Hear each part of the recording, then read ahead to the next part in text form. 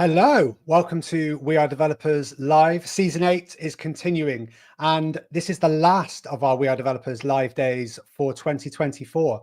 It's crazy to think that it's that time of year already, and it's already the end of the year. So we're going to end this year strong, though. We've got some amazing speakers for you today, and we're going to get to all of that in a second. So my name's Dan. I'm going to be your moderator, and I've got Vince in the background, who's our producer, running the show alongside me. So you may not see him, but he's doing some important work. And as you've just seen very briefly at the start there, you saw a quick code of conduct video. We just want to reiterate that before we kick off today. So whilst this may be an online remote event, we operate exactly the same way as if we were all in the same room together. So with that in mind, it means we ask and expect you to treat each other with respect. That goes for those in the chat. And of course, our speakers are all, bound by the code of conduct as well, but they're very friendly people. Hey, so just be kind to each other. That's the way to think of this. Okay. We anything you would expect somebody to do in person is what we expect them to do during our live days. So before you leave that comment in the chat, just think, is it constructive? Is it helpful? And of course, we do watch and moderate those comments to make sure that we keep things clean and we keep this a friendly and inclusive community. So with that being said, let's have a look at the day ahead. So as I said, today is our last live day of 2024, and we're going to be focusing on machine learning. Now, I've got a lot of questions, and I'm sure you will as we go through the day. And you can leave those questions in the chat, whether you're watching on Vimeo, on our platform, or on YouTube. So we will see all of those, and we will, extract some of the best ones and ask those to our speakers as we go through. Now, before we get into this, I will just say this week is Black Week. Now, you may have heard of Black Friday. We decided to make it a whole week. And what this means is that we're giving you 20% off of tickets to the World Congress in 2025. So if you haven't already, go and check out worldcongress.dev, or you can find that through wearedevelopers.com, and you can just go to our events tab so you can see a little bit more about what it is that we do and our big flagship event, the World Congress, next year. Now, to take advantage of this, because that's what you really want to know, how do I get 20% off those tickets? The way that you get it is you use the code. Let me just find it. Here we go. It's Black Week. Let me just confirm that for you. I don't want to give you all the wrong code now, do I? Let's just double check I've got the right one. The code for this will be Black Week Live. Okay, so Black Week Live, that's just one word, Black Week Live. And you can use that code to get 20% off tickets. The best thing is that's available for all of the different categories. So whether you get the Black Pass or you get a general admission to cover you for 1 or 2 days or for all 3 days, you're going to get 20% off. Now, you do need to use this by Friday. So you've got 48 hours from now to use that code, Black Week Live, to get 20% off the World Congress. Okay, right, let's get back to today then.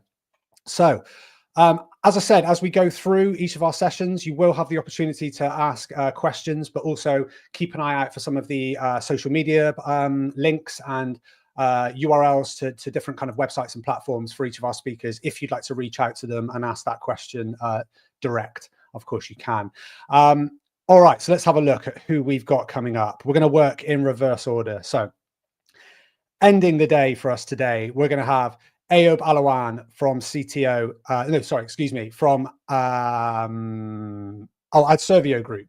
And Ayob is going to be looking at AI in Africa. How can we bounce back? We of course, have got great hopes for the future of machine learning and the future of AI. And Ayob's going to be looking at the big question for Africa of how can it help to, flatten some of those inequalities and help boost the continent in the future. So some really important questions there are going to be covered and answered rather in Ayob's session later on. We've also got Maxim Salnikov from Microsoft, and Maxim is going to be giving us a great session on from traction to production, maturing your LLMOps step by step.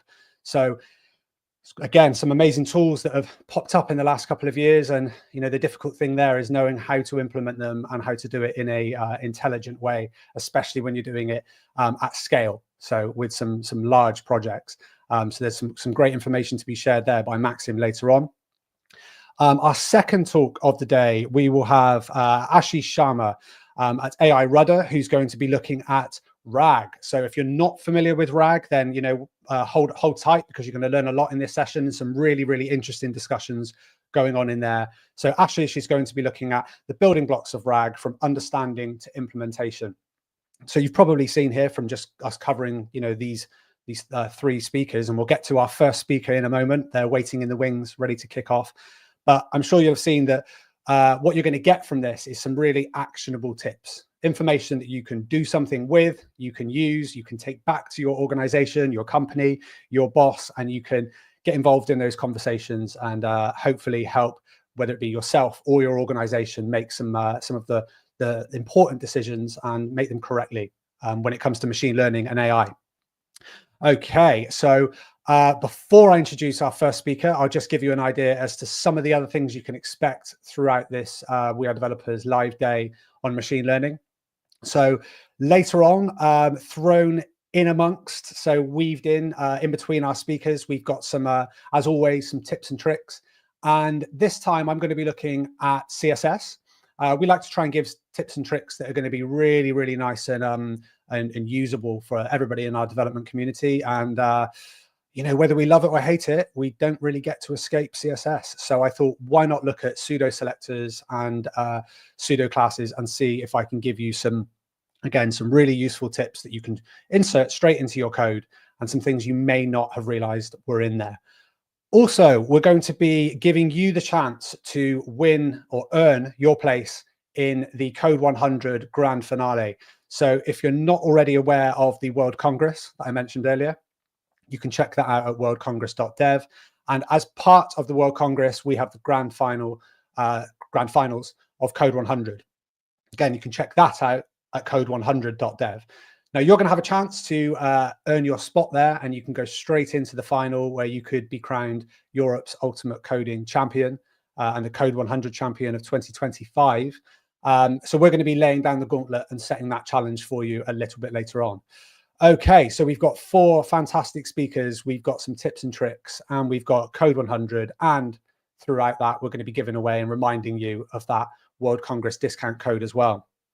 Okay, now, without further ado, our first speaker for today, kicking off this WeAreDevelopers Live Machine Learning Day, we've got Marin Niehues. Now, I will say, Marin, you feel free to correct me on the pronunciation of your name. How did I do? Oh, you're muted there, Marin. Yeah, that was for special effects. I was just telling everyone on muted state how well you did pronunciating that. Oh wow, that's great to hear, because it's always one of the hard parts of my job, right? You don't want to be that Brit Sure. that just can't say the names correctly, so I try my best. But it's great to have you here, Marin. So you're going to be discussing AI beyond the code, master your organizational AI implementation. Before we get to that, though, I always wonder how people ended up in the field of AI when it's so new. You think to yourself, where were they before? Tell us a little bit, a potted history, if you can, Marin, about your past and how you ended up working with AI and Yeah, machine learning. I'm wondering about how I ended up here as well, but here we are now. Yeah, I think most of the people stumbled kind of into it, to be honest. So I was with a client of mine a couple of years ago. They did a lot of machine learning back then already, and with the data scientists they had, and there was a sick leave, basically a sick and then a parental leave for the project lead there. And I was an already booked resource. They couldn't book a new resource so quickly, so they just stuffed me there. And this is where it all began, where they threw me in and were like, yeah, well, it's it's Germany. Well, it's a European country. Wasn't Germany, but it's a European country, so maternity leave will be half a year. um, we need somebody to manage the project there. And this is how it all began a couple of years ago with machine learning, where AI wasn't even like the big thing that it is right now, where it was really just machine learning algorithms.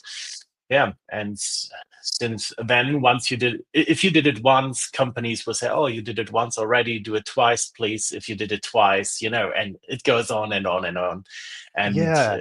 I've been with my 6th or 7th bigger AI project now, not counting in all the operational automation stuff and stuff like that. So it just reproduces itself. That's fascinating. I mean, I suppose, you hit upon something that I thought was interesting in that you said, before AI was kind of what it is now, because I was discussing this with a friend yesterday saying, look, I'm going to be doing this live day about machine learning. And they said, oh, is that AI? And I said, well, kind of, but not really. And they Yeah, said, yeah, you don't hear about machine learning anymore. Is it just you because don't. AI is, Yeah. yeah, but it's in AI, right? It's kind of underpinning Eh, it. So why is it that AI is the poster child and machine learning well, gets forgotten about? beyond machine learning, there would even be deep learning, but that I will have a slide even with that topic. I think AI is just more tangible for the broader audience. If I go to my mother and tell her about machine learning, she will be like, "Yeah, go away with your nerd stuff. Turn on your 3D printer and go play Dungeons and Dragons." But if she gets like a UI where she can enter literally any question and somebody will tell her how to print that page instead of her having to call me to tell her how to print the page, she will actually feel like she's talking to a real human being. So she will, of course, just talk about what she can perceive and what she can really grasp. And machine learning Hmm. still being concept not everyone is able to grasp, especially in executive management. Being that frank here, a lot of people are talking about AI, and this is also what this talk will be a lot about. So people start talking about AI without knowing the foundational level to it. Yeah, and I think you make a good point there about the kind of the leaders, the ones that are making those decisions, have a kind of strange decision to make because on the one hand you don't want to be left behind, so you want to make sure you're taking advantage of these new tools. But I suppose the hard part is knowing if it's just a shiny object or if it's actually something that's going to be useful at the organizational level. So I think our viewers and our community are going to get a lot from your session showing us how to implement it at the kind of organizational level. Yeah. Also, I do think, just to add upon that, I do think AI is the new Scrum. So back Mm, then, everyone did Scrum to do Scrum. Like there was no use case to Scrum. You just did Scrum to be cool, right? mm, And now there are no use cases to AI. So you have like company name GPT, which is basically just a GPT wrapper. You pay some credits to the OpenAI assistant, or you postman some API stuff over there, and you're like, yeah, now we are AI ready driven, whatever. mm. But there's no actual use case. There are very little use cases for normal task automation where AI actually really is feasible for a lot of companies, especially medium-sized enterprises. But still, Mm. everyone is needing those sweet GPT on the website wrapped up in Yeah. fancy paper. Yeah, it's very true, isn't it? I think, somebody said, I think it was actually Chris, our VP of Developer Relations, who said, that sparkle emoji that you see is just completely meaningless now, Yeah. because it's just thrown everywhere and you click it and you don't quite know what it's going to do. It just sort of says, use our AI assistant. And sometimes it's for things that you think, I really don't need one, but I'm going to click it. And so it's kind of become a little bit meaningless. All right, Marin, we're going to get stuck into your session without further ado. So I'm going to hand over to you in just a second. So to everybody watching, please do enjoy and feel free to ask questions, as I said, in the chat, whether you're watching on our platform, Vimeo, or on YouTube. So with AI Beyond the Code, master your organizational AI implementation. Over to you, Marin. Thank you, Dan. Cheers, everyone. Thanks for joining today. If you have any questions, feel free to write them in the chat of your choice. And in the end, maybe we will find some time getting into your questions. So today we will go through a case study. But first, maybe 2 or 3 words about me. This is me. So what do? I basically am in the field of strategic organizational development. So I do build structures for company to work with. Often companies feel like they don't have clear processes. Nobody knows who to talk to. There's no management whatsoever except for micromanagement. That's always there. So I do build company structures. I focus on delivery and project management, so make projects actually go from A to B and then being delivered and not being this evil twilight limbo zone of having a project for like 10 years. Enough about me. Living in Germany, having a consultant agency here. This is a case study I had with a client of mine in the field of tire manufacturing. So I lied a little bit earlier. This is not a classical case study per se. This is more a fail study. So we want to learn from mistakes that were already made. In this case or fail study, I will tell the story of this study step by step. It will be a narrational timeline, and throughout the time, there will be some pivots. And these pivots, something went wrong. We will dive into what went wrong here and how you can prevent it if you are facing the same development, if you are facing the same challenges in your organization while working on your AI project. So just some basics before we dive in, and I will try to keep it really short here. I'm giving some theoretical knowledge here and there, so everyone is on the same side. Everyone has enough information to follow me here. So there is Gen AI and embedded AI. Gen AI, we just talked about that. Gen AI is what is perceived by everyone as AI. So an AI that can generate text, images, video, other data based on your input. ChatGPT, Gemini, Copilot, whatever, really good examples for you type something in, it generates something back. So generative AI. On the other hand, you also have embedded AIs. And those are more the hidden champions. Those are the AIs working in embedded electronical systems, for example, in a conveyor belt, in any sort of machinery, basically, to make this machinery an intelligent electronical system based on the input data that are often in raw format, not typed in by a user per hand. So with that knowledge, another small theory course in tires, because we will talk about an embedded AI today. You need to know a little bit about the machinery behind producing a tire. This is a manufacturing process of producing a tire, and going through it really quickly. I don't want to dive in here. You basically have raw materials, and then you have a lot of different steps with a lot of different really expensive machines that are in the end forming a tire that you put on your car and you can drive with.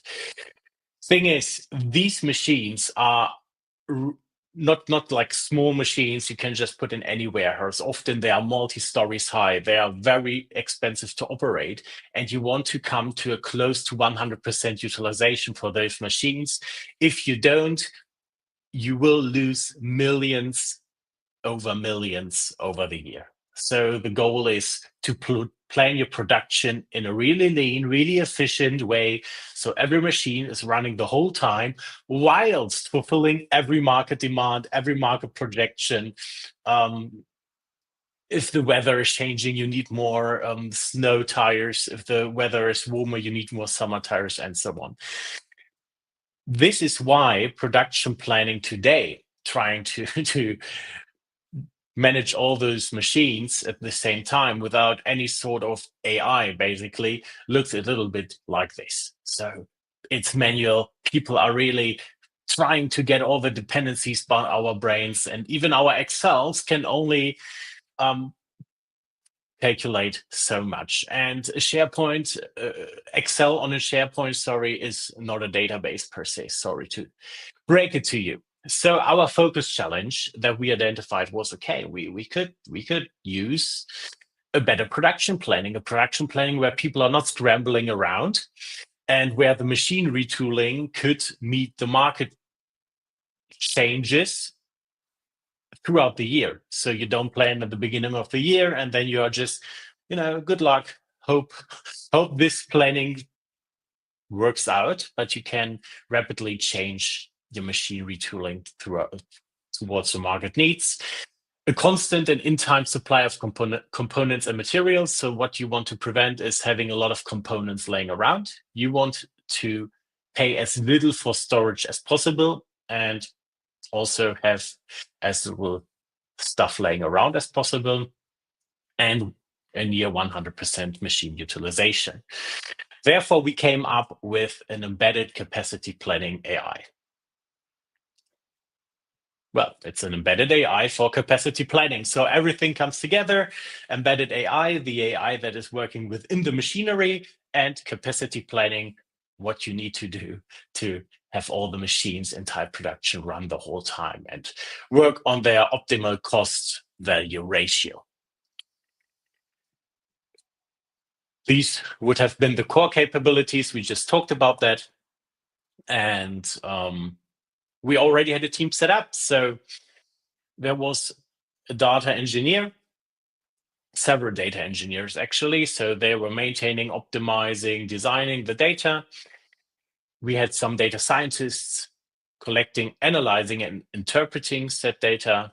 And we had some AI engineers, which were basically really fancy developers that could work with AI models, that were really strong in different AI models, deep learning models. And we had a business interface, which means we had a person who tried to keep the micromanagement away and who would bring requirements from the business into the team. You could say product owner if you would be in the agile world, but it wasn't enough for a product owner, to be honest. It was more like really a pro forma political interface here. And that was me. I got into the project a little bit again, how it is with many AI projects, apparently, a little bit by chance. So I was with the client already. They had a different stream set up, also working machine learning. And here they were not delivering in a way that they were comfortable with. So they asked me to do the project lead on this or the project management on this, whatever you might want to call it.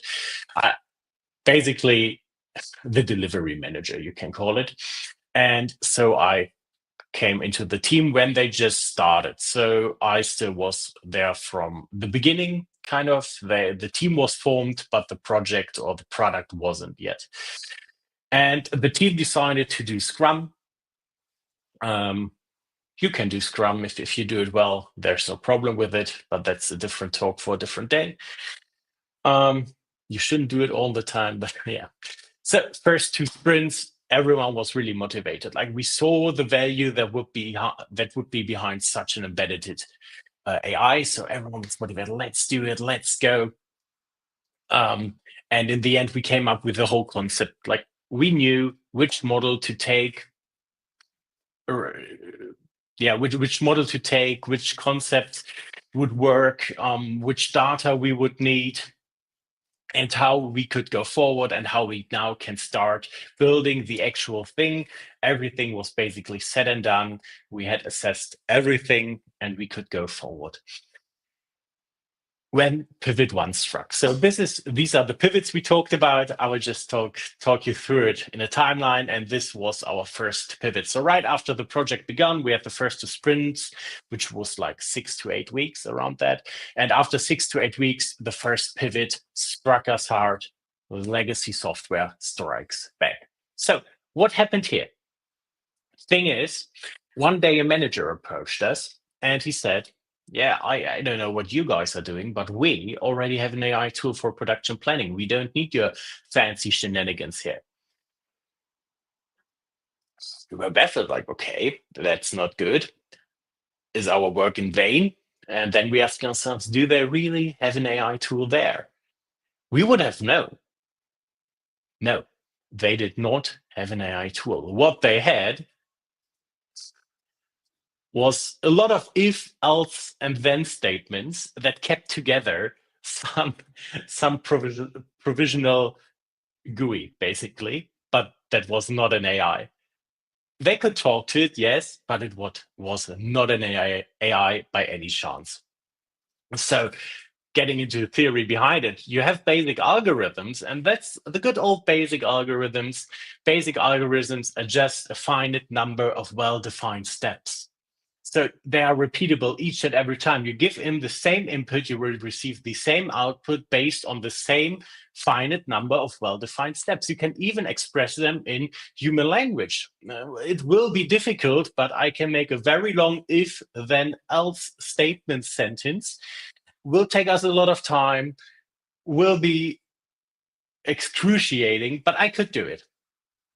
AI, however, is a self-learning system that is not solely relying on the finite number of well-defined human-defined steps, but to respond, to learn inputs, to relearn with new data, and to develop its learning and its own neural net with the data that were provided. So it's basically its ability to change, adapt, and grow, and very big air quotes, because it's not like Skynet will hit us tomorrow. But it can change, adapt, and kind of grow based on new data. For basic algorithms to change, adapt, and grow, we need to redefine our finite number of well-defined steps. So AI, and this is what Dan and I talked about a little bit earlier, just aims to make machines communicate, perform tasks, and solve problems like we do. Communicate in a way that we perceived natural, right? Intelligent. But behind that, there is the machine learning that is creating algorithms that can learn from data, make decisions based on patterns without any human coding effort. And everyone who's really deep into it technically, I know this is very, very on the surface, but the goal here is just to get a basic understanding for everyone who's not into those topics too much. And then you also have the deep learning, which basically aims to layer algorithms in a way that they mimic our human brain. So first, we want to have the new human brain. Then we want to have algorithms that can learn from data. And then the interface to act like an intelligent human being, to solve problems like that would be the perceived AI. Thing is, ML and deep learning are often not perceived by executives, not perceived by the normal users. They just see the AI, the robot, the friendly robot called something GPT.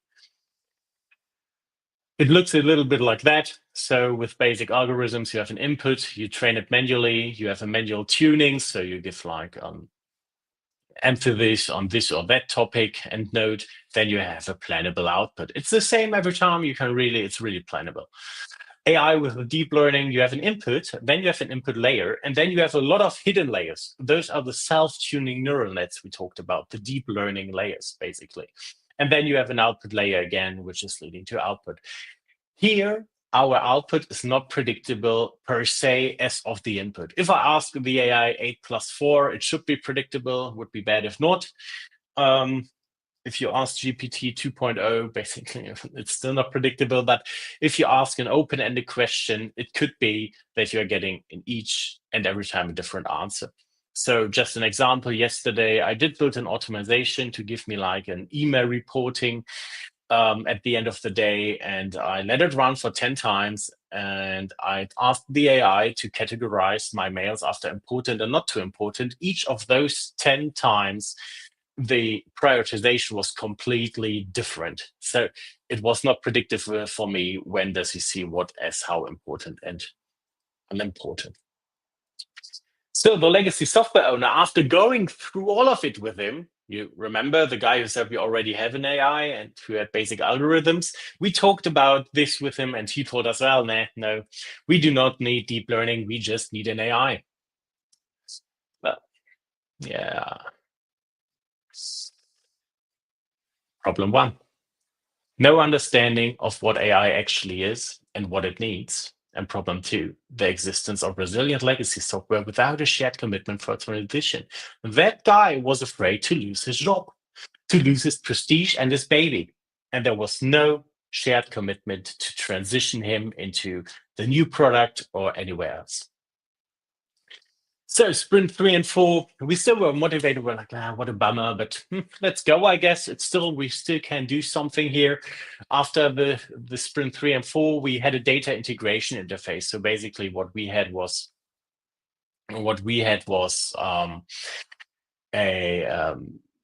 enabled a structured input into the machine learning models. So we could use first demo data, validate capabilities of the model.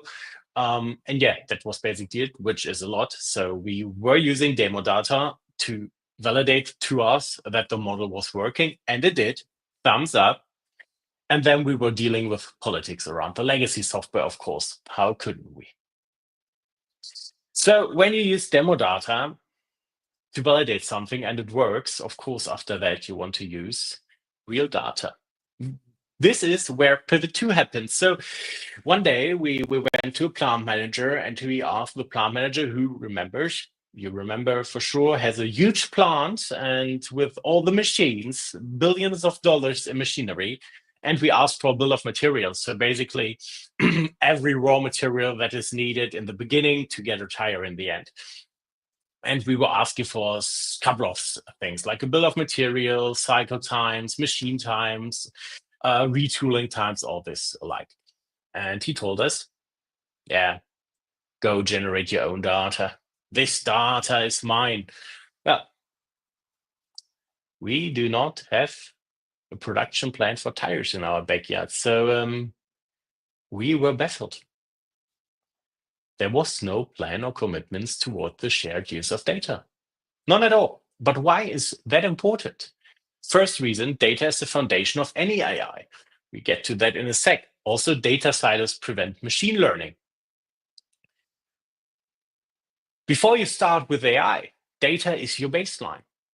And there are two things you need on every level, be it upper executive manager down to somebody in HR. You need everyone. Every single individual needs data literacy. Everyone needs to be able to deal with data in a planned way, to use it and to question it, right? To collect, to research, to manage for yourself, to understand what is data, how do I save it, where do I share it. Secondly, the organization needs data governance. So the orchestration of people, processes, and technology. So the bigger, broader picture. So on an individual level, you need data literacy. On the organizational level, you do need data governance. Data governance will never, ever work without data literacy. If people are just running around like a chicken without a head, throwing data here and there, or not collecting any at all, you can't data govern anything. So how it looks like could be you collect some data and then you think about, okay, we have data here now. We need everyone to know how to collect it, to know how to use it, and to govern it. Only then you can start analyzing it. And only then you can start sciencing with it, so data science. And only then you can start AI, deep learning, machine learning. Thing is, this is what management orders today. This is where management is starting. We need GPT. This is where we need to start. You can't skip the first 4 steps. Try it with your normal escalator. Try just skipping 4 steps. Good luck.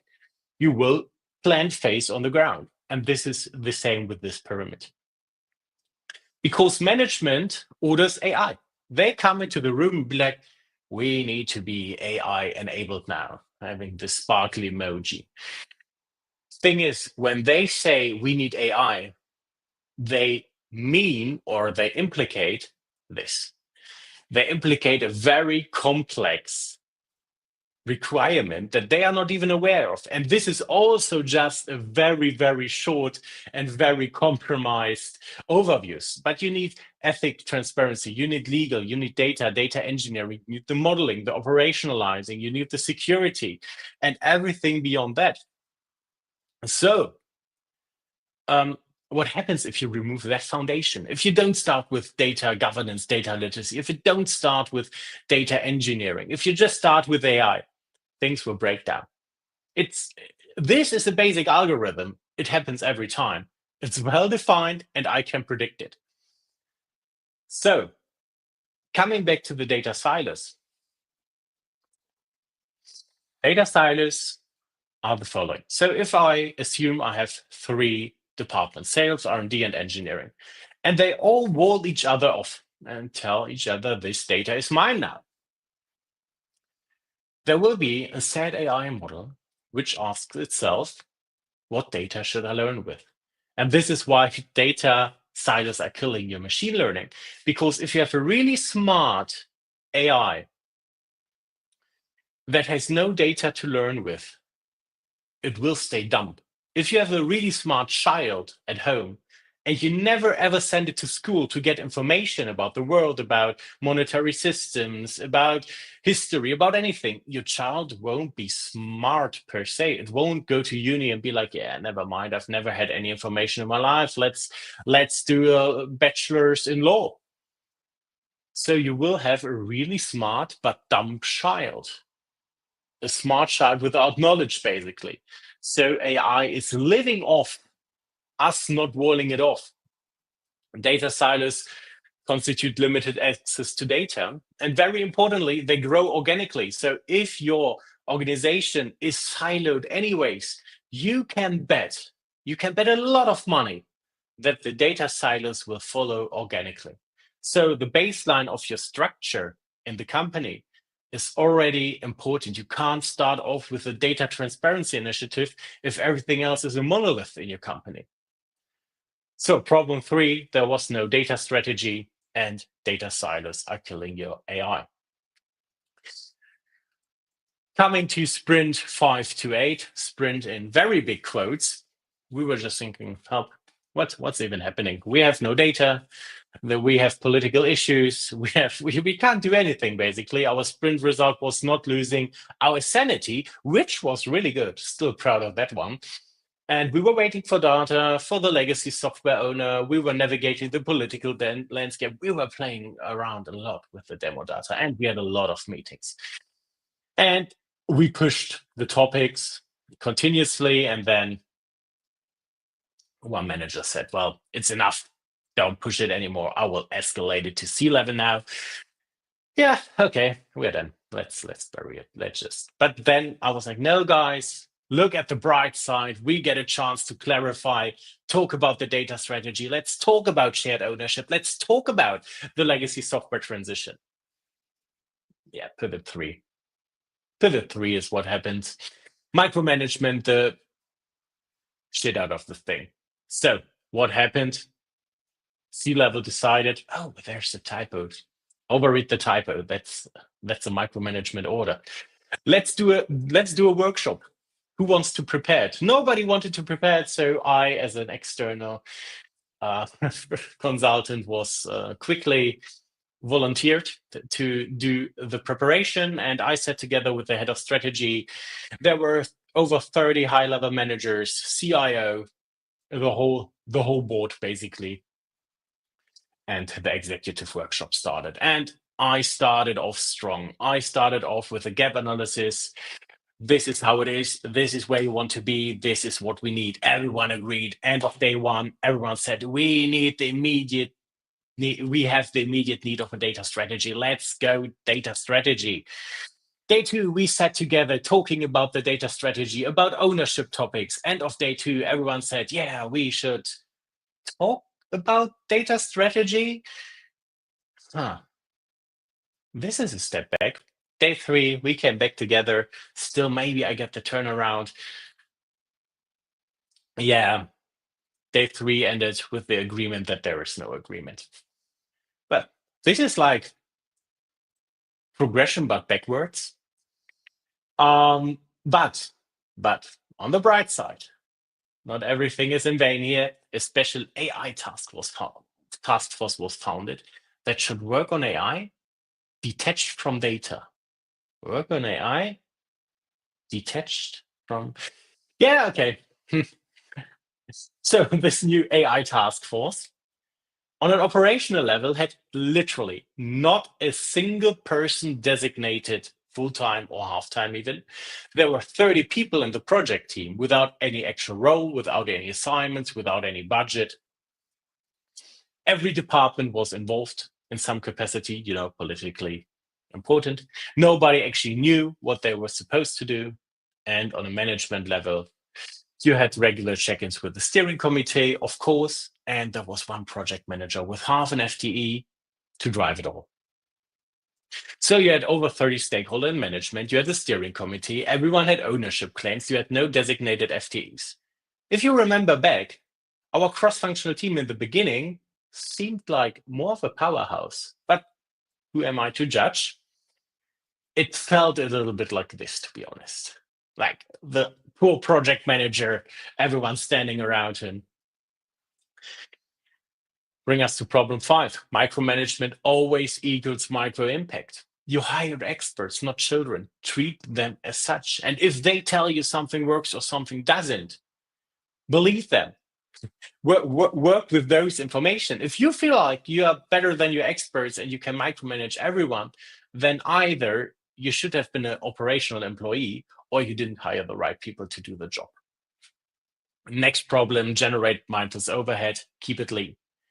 If you have a project team with literally 0.5 designated FTEs, don't put 30 times the steering committee power into it. Then, no, not quite. After 3 more months, I was back with my other project and with the same client, typing along, sitting in the office, and the new task force project manager knocked the door, be like, knock, knock, hello. Who's there? But knock, knock joke. No, who's there? Yeah, Marin, listen. This doesn't work out. This whole AI task. Yeah, I know. I think we need to talk about the data strategy.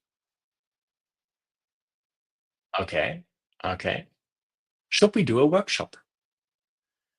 And honestly, this was a moment where I felt exactly like this. Bringing me to problem number 7, no reflection of what went wrong. So, with all those insights, with all these pivots, with the whole story laid out here, what could have prevented this? First, understanding. We need to make sure people are aware what AI is and what you need to get there. Not only, hello, this is the GPT wrapper, feel free to fiddle around with it a little bit, rebrand it in your company colors and call it a product, but machine learning is behind it. We need data. We have a lot of requirements before we can actually start. Secondly, we need the shared commitment to ease the political strain, to also ease the hidden agendas. If the legacy software owner would have been brought on board instead being overrun by us, he would have, I think, cooperated, and he would have been involved with all his knowledge, all his past achievements. He would have been involved in the new era of his old product, which would have been great. Third, we need a data strategy. So I think you got this from the talk. We need to talk about and think about how we want to deal with data, how everyone wants to deal with data, and how to enable everyone to work with it. I think, and this is a strong belief, a firm belief I hold, companies who are able to deal with data in short term will outshine any other company on the market. And this also is true for very big corporations not handling data in any way yet. They will be overrun by way quicker companies that are utilizing and leveraging their data. Next up, removing silos, organizational and data silos. They follow each other organically. Fifth, macromanagement. Enable your experts, do not hinder them. Micromanagement will make your results worse every single time. Another basic good old algorithm for you. 6, focus on the delivery. So management is needed, yes, but management does not bear an inherent value. Management only bears the value that of the product it successfully manages to get online, to get to the client, to get to the customer, be it internal or external customers and users.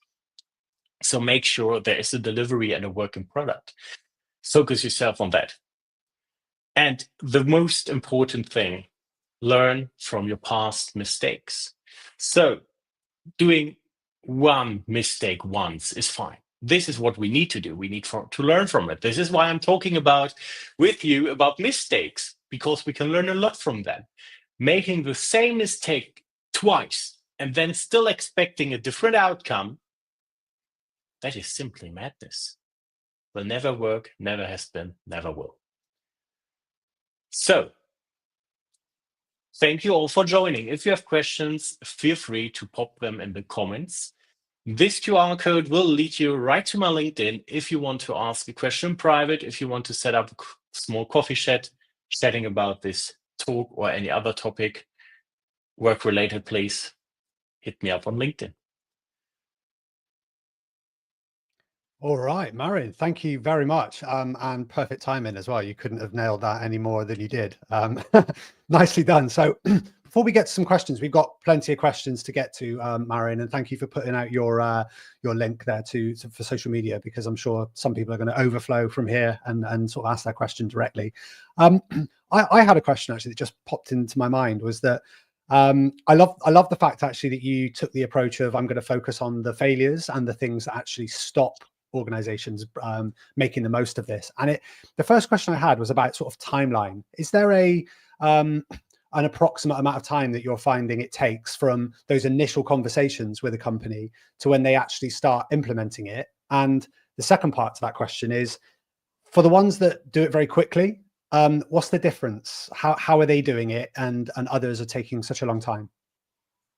That's a very complex answer to a very simple question, but it depends on three factors basically. The one is the market pressure. So do you have a lot of money stashed away and your working operational model still works?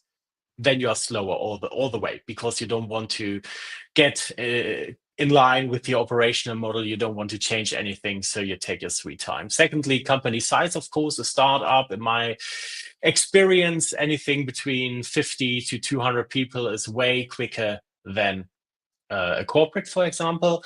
Third thing is also the geographical positioning of your company. So if they're in the EU, having the GDPR, you are often way more, caught up with all the compliance and legal issues. I just gave this talk 2 weeks ago, actually, in Canada, on a Canadian tech conference, and it was vastly different. Hearing like, yeah, we had an idea, so 1 week later we had every data on this and that survey, and we just started. In Germany, for example, here I had a client where they had 6 months just the compliance evaluation phase. So these three factors, I think the best cards you have is being a startup in a not too regulated industry field, and having to have a new market or business development, and not having a cash cow already set up and in place. And for That's really those who work quickly, just to answer the second part of your yeah. question, they are often doing it way more market oriented. So if you do it slowly, you're often way more oriented towards the own compliance, their own feeling, their own brand, their own expectations. If you are doing quickly because you're pressured to do, or the market really has a need for it, you are way more aligned with the customer, because you just want to push a working product that generates revenue. That's really interesting, because it's the first part was about, we hear so much about EU regulations, and there's so much talk about the way that the US market, or the North American market, is so more lightly regulated, let's put it like that.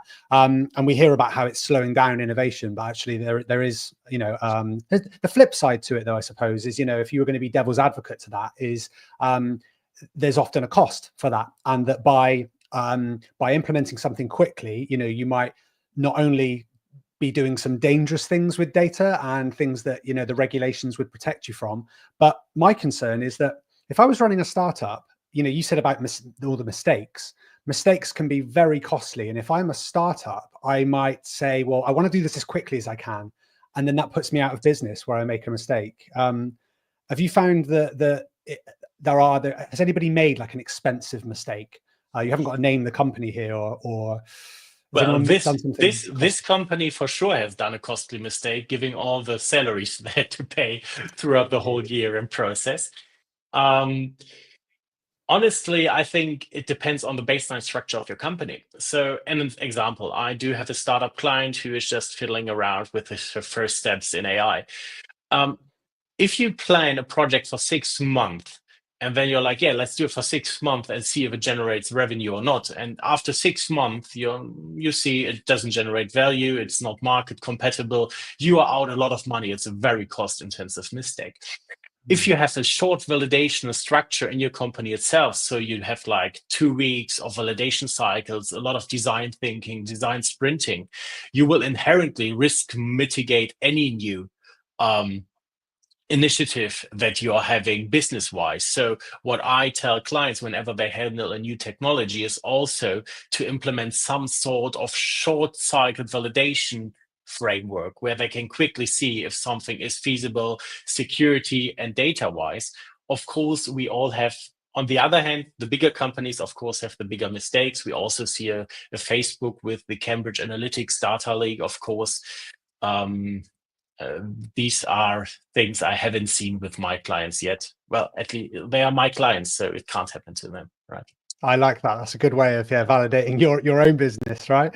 And I mean, on that note, I was sort of interested in how companies and organizations are actually thinking about this, because there is, the criticism, I suppose, of people that are a bit more wary of AI. I mean, or machine learning. I mean, I think we're all quite convinced now that that there's the future lies somewhere in that direction, right? But for some people, they'll see it as this is a short-term thing. Like we talked about before, we need to add some AI features to our application, and then that's it. We can move on and we can get back to working in the way that we always work. Do you find that organizations are bringing in people like yourself as a short-term, help us implement this and then thank you, goodbye, and we'll move on?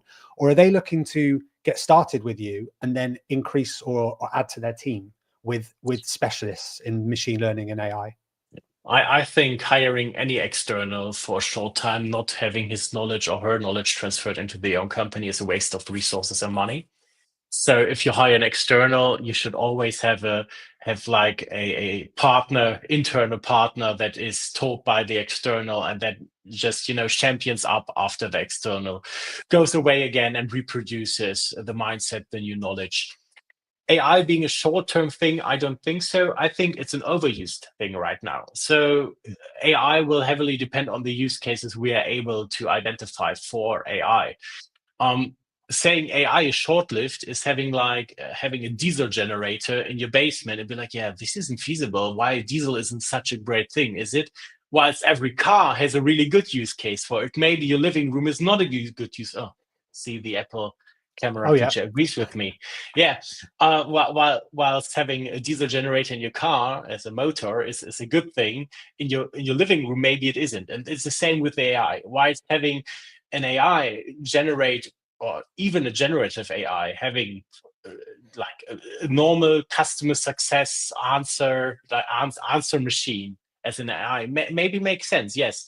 Having an AI giving you your strategic OKRs, so operational numbers, on the other hand, is not a feasible use case. So I think it's there to stay, but not in the intensity, in the visibility. Yes, in the intensity, not in the visibility that we have today, because we will find the use cases for it and intensify on that. Yeah, but that's a really those interesting way blind of putting action, we are quite blind now. Right now, we are just throwing AI on anything, basically.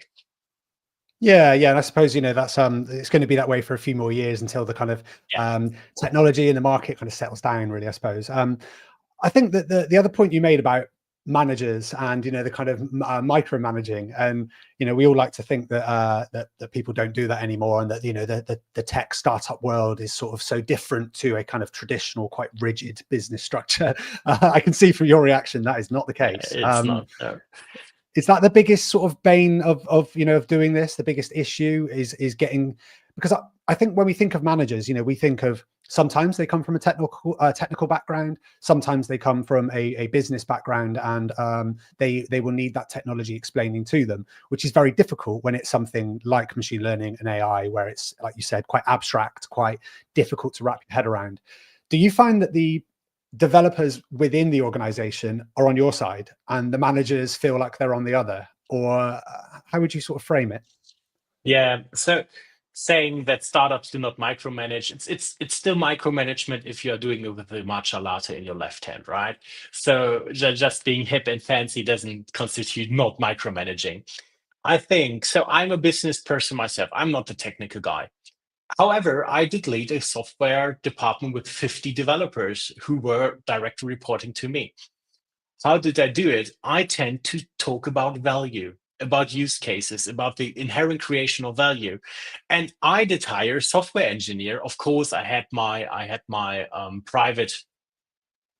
Of course, I had my technical knowledge guys who also, introduced me in the technologies and gave me his opinion and sat together in job interviews. But however, once we hired somebody and everyone was comfortable, from technical guy to me, the business guy, I talked with those guys about values that we want to create, not about the technical implementation.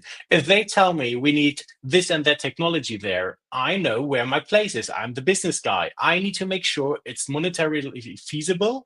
The executive managers are not fiddling in our projects, and everyone knows what value we are creating right now, and organizing people. This was my role. Their role was the technical implementation. And of course, we had architects and stuff like that, but they all had their technical role. And I, as a manager, was only there to provide the best environment for them to work in to get their technical knowledge on the ground. Nothing more. Yeah, I think that's a really interesting way of putting it, actually, talking about values, because I think that that's the the issue at the moment is that you're trying to convince the leaders and decision makers, and you used the word earlier on about how we're all blind, we're all kind of going into this with some sense of like guesswork about the future. And when you're looking at let's go back to those large scale organizations, then that combined with managers who may be wary of this or don't trust it or don't really care about it, and then you're trying to put it to them, the way to put it is values. I think that's a really interesting thing for us all to take, really, that it doesn't always have to be about technicals.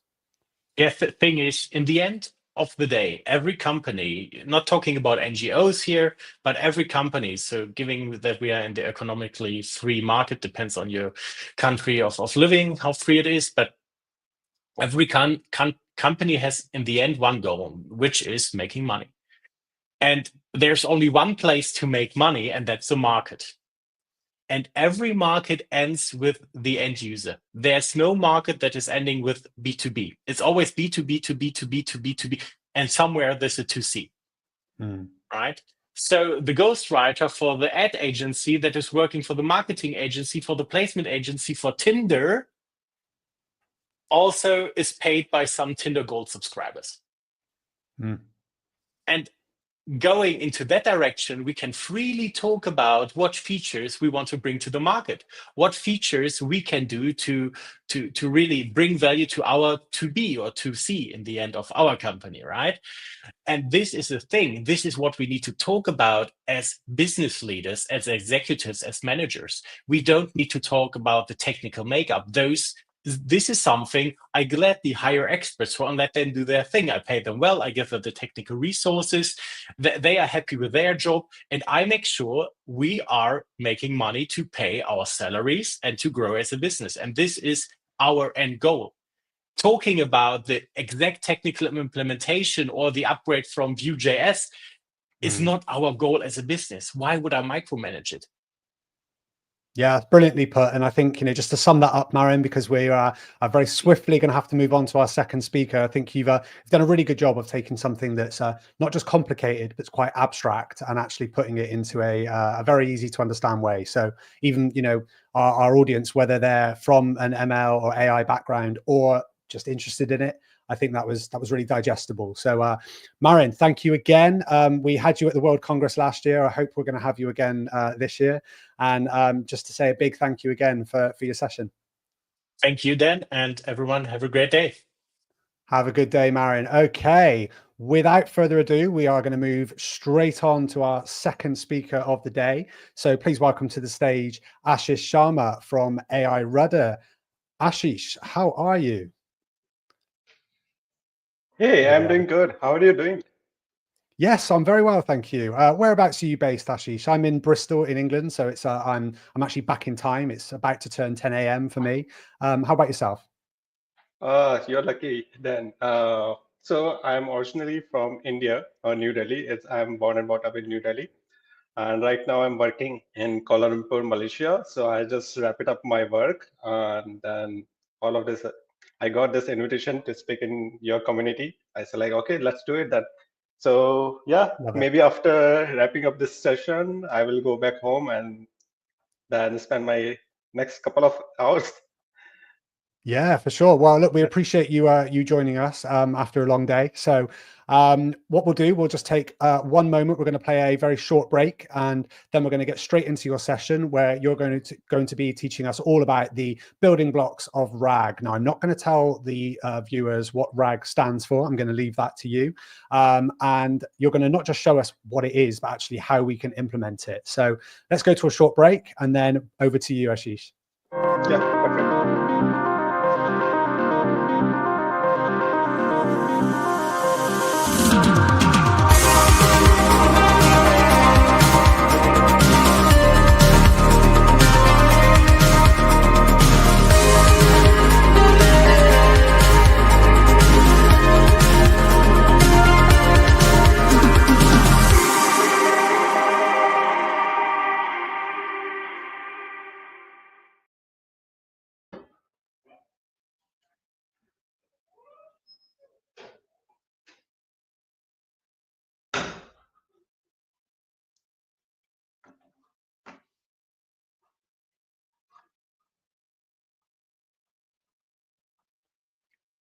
We've just got a little technical issue there. Ashish, you're up on stage now. Can you see your presentation on your end?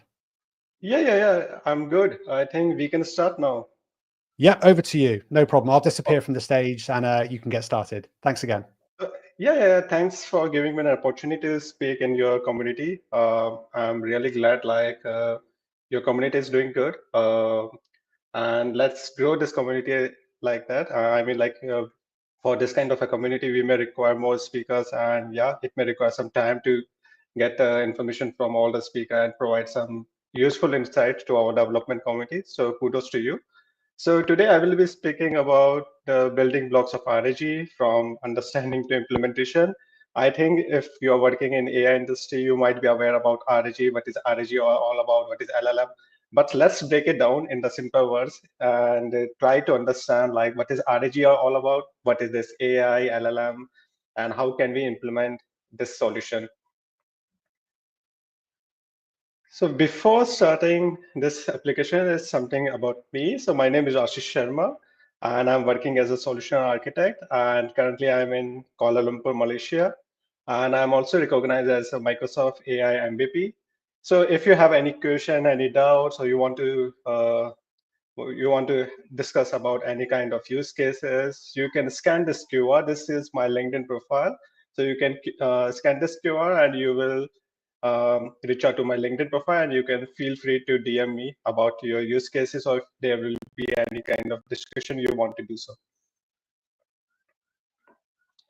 So today we will be discussing about solution, how can we build a solution, and the technology stacks that we will be using in today's session would be Python, would be like a programming language. We will be using Grok. Grok is like a LLM inference API, which is same like an OpenAI API, but it will be giving you the development console where you can utilize the API to run the large language models. And next, we will be using a LangChain framework. LangChain provides the AI developers with tools to connect with language models, large language models, with the external data sources. So it's an open source, and it is also supported by an active community. For VectorDB, we will be using FAIS. It is known as Facebook AI Similarity Search. And it is also an open source library that helps developer to search for similar multimedia documents. And for the UI part, we will be using Streamlit. So since we are discussing about RAG, we need to understand about LLM first. So LLMs, which is large language model, are very kind of, I mean, like as the name suggests, it's like a large deep learning model, I would say, that are pre-trained on the vast amount of data. The underlying transformer is a set of neural network that consists of an encoder and decoder with self-attention capabilities. The encoder and decoder extracts meanings from a sequence of text and then understand the relationship between words and then phrases in it. So this is a high level overview about the LLM, and LLM is, I would say in simple words, it's a kind of AI technology that can understand and generate human-like text. It is trained on massive amount of data, enabling it to perform tasks like Q&A. It can write the stories. It can translate the languages. It can summarize your information or your data. So think of it as a highly advanced text-based assistant that uses a pattern from what it has learned to create a meaningful and relevant responses. As you can see, there is a growth in our LLM, where we can see like there's an increase in the evolution of LLM, which is happening rapidly. We have the research and computational resources to test our and improve our LLMs. Then we can see there's an increase. If you can see in the left-hand side, there's an increase in the number of research papers on this topic. Second thing is like we, as a developer, we are contributing a lot in our open source community, especially on Hugging Face. If you will see, there's an increase in the number of text generation model on Hugging Face. So I think somewhere around, I checked it a long time back, it's more than 50K or more than that text generation models are available for our text generation on Hugging Face. So now I want to see for past 3 years, what is the journey so far. In 2022, there was a ChatGPT announcement, and which led to a spark in the community, and everyone is getting aware like, okay, there's a concept of LLM. Mostly, I mean like from the AI and ML kind of people, they are aware about LLM, but in general way, people are getting aware about GPT and they are using it, and all of within few days, the GPT has somewhere around 100 million users. So in 2022, it was like a explosion about GPT and LLM. 2023 is all about the experimentation, where all the companies, AI building companies like Microsoft, AWS, then we have other companies as well. They create their own LLM solution and provide to the, like Meta has their own Llama solution. They created everything and make it in the market. And developers actively explore those LLM solution and Gen AI solution as well. Now experimentation and POC is done. In 2024, it's all about production phase. So now the enterprise company has their budget, they formalize everything for AI, Gen AI based solution. They are using LLMs and they have their own KPI to make it available on production. So right now there are so many enterprise companies who are utilizing LLM and in their production environment.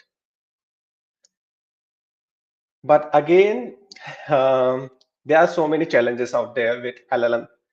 One is hallucination. Second is like you cannot verify your sources, and next one is knowledge cutoff. There are a number of other challenges as well, like security and all, but we will be discussing more about only on this topic.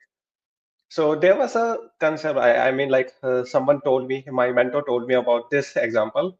Like, let's take an example of a student who's writing an exam, and he don't know anything about that particular one question. So he just know few keywords, and he will write it down an answer by making his own answer, which is not relevant as well with that particular question. But okay, and in this way, that student will write down the answer, but it is not relevant. So teacher will deduct his marks, and it won't lead to any major issue with the student, because again, that's not a something like a high profile case. But for the enterprise customer who is building up their solution in production, and if they are giving some false answer or their answer is not accurate, it may lead to some issues with their reputation, and brand impact would be there. So that's why we need to tackle this kind of issues which is related to hallucination, and we should have that particular source, and due to which we need to understand like how we can overcome this issue. So you can see in the right side, like I have I use one LLM solution and asked for who won the 2024 US election, and of course, because there is a knowledge cutoff, that LLM solution is not able to answer. So in order to understand the journey about RAG, which is retrieval augmented generation, we need to see how we can overcome the issue of LLM challenges that we have discussed earlier. So first thing is like with the help of RAG means retrieval augmented generation. Retrieval is it will retrieve the relevant information from our backend or our data sources and provide it to the LLM, and LLM will provide the generation answer. It will provide the answer which is relevant to our documents only. So this is what RAG is all about. So it will helpful for providing the up-to-date and accurate information. Second thing is like it will also provide you the sources from where it is getting that answer. It will reduce the inaccurate responses or hallucination, and it is one of the efficient and cost effective. There are a few people who will say like we can also use the fine tuning, but fine tuning may take more time. The computer resources would be high, and there would be some good amount of investment may be required to use the fine tuning. So we will stick with RAG and understand the concept, how we can build up the RAG applications. And the RAG, one thing is like we can improve our LLM solution by using RAG so that it will get the relevant data sources. So RAG, to build up a RAG application, we may require two steps. One is data ingestion and processing, which involves like loading and splitting and storing your data. While second is retrieval and generation, which handles the user queries, that retrieves the relevant data and generates the responses using an LLM.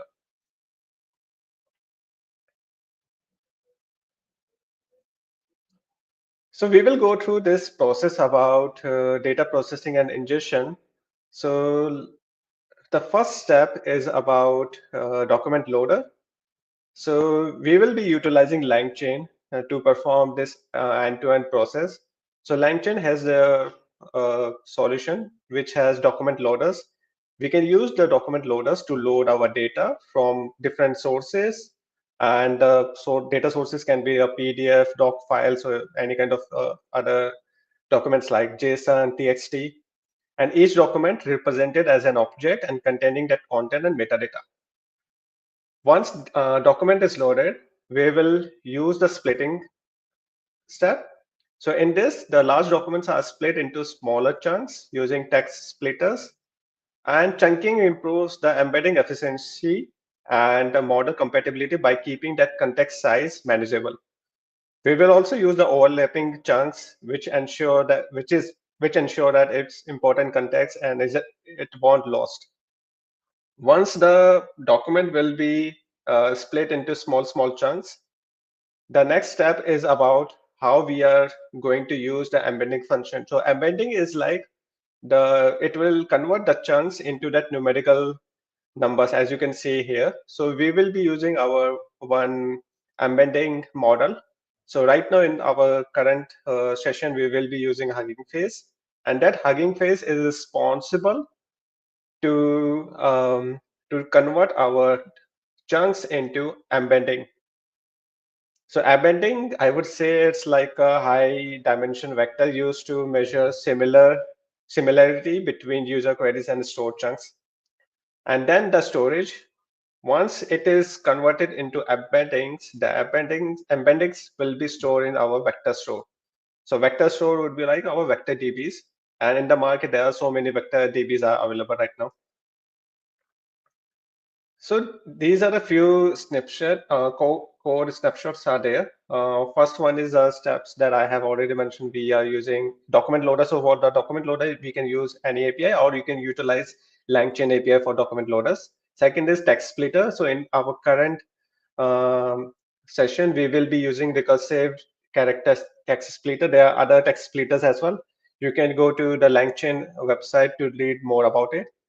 Second one is embedding function that, as you can see in this screenshot, we are using Hugging Face. We have OpenAI embeddings. There are so many are available. So basically, it's like a numerical representation vectors in high dimension space, and each dimension reflects a similarity. So if the proximity is nearby, it will have more similarity. And if you can see, the complexity is quite hidden here. We are using one function to do all the appendix as well.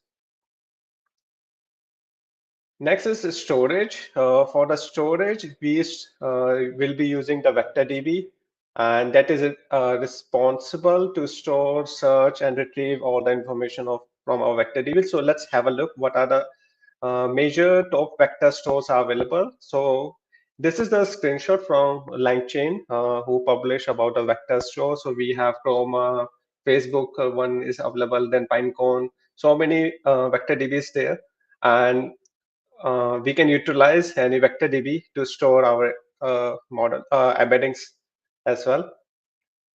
So first step is done. We have already split our content and split the content into chunks, and then chunks is converted into embeddings, and embeddings are stored in our vector DB. Second thing is retrieval. So for these, this is converted. This is in three components, three parts, like retrieval, prompt, and LLM. So here, the retrieval, we will use a retrieval to fetch relevant chunks from the vector store based on queries embeddings and techniques like maximum marginal relevance to ensure that it will provide the relevant results. Second thing would be the prompt. So with the help of prompt template, whatever the question, we will give the prompt, and it will combine with the retrieve chunks with the query to construct a prompt for the LLM, and then LLM will generate a response based on the context. That is, for this session, we will be using the conversational retrieval chain, which allows us to create the chatbot that can answer the follow-up question as well. So this requires, like, LLM will have the knowledge of our history of conversation as well. And the LangChain provides us this conversation retrieval chain features, which not only provide the response on the basis of our recent input, it will also consider our whole chat history as well. So in short, we will be having a retrieval which will retrieve the information from our vector DB. Prompt will provide some context to the prompt will add on the context along with our relevant information, and it will be sent to the LLM, and then LLM will provide a response based on their whatever the question will be asked along with the relevant information. So putting everything together, it's like first the retrieval will search for the similar documents. Second thing would be like it will merge all the documents together. Then there would be a prompt from the template, and it will goes to the LLM, and then LLM will provide you the response. So let's see the most used LLMs provider in the market. The LLMs providers are like OpenAI. Everyone is aware, like everyone is using OpenAI solution. We have Azure OpenAI as well, and number of LLM providers are there. And then we have the open source model providers also, where the Hugging Face is the one who is leading this market. So now we have two steps for our retriever augmented generation. First step was related to data processing and ingestion. Second was related to the retrieval and generation. So we will discuss here how is it done. So we can see the data preparation part here. We will get all the data sources, and we will put it into our document loaders, where it will load the documents and bring into the text form, and then it would be text splitter will do the chunking. Once the chunking will be done, there would be few documents out there, and these documents will go to our embedding model, which is Hugging Face in our current use case. And these embeddings will convert into few embeddings. All these documents will be converted into this embedding something, and then it will store in our vector DB. So this entire process is our data processing and ingestion, where we have our data will be stored in vector database in the embedding form. Now we have stored our data. Our first step is done. Second step is like our application.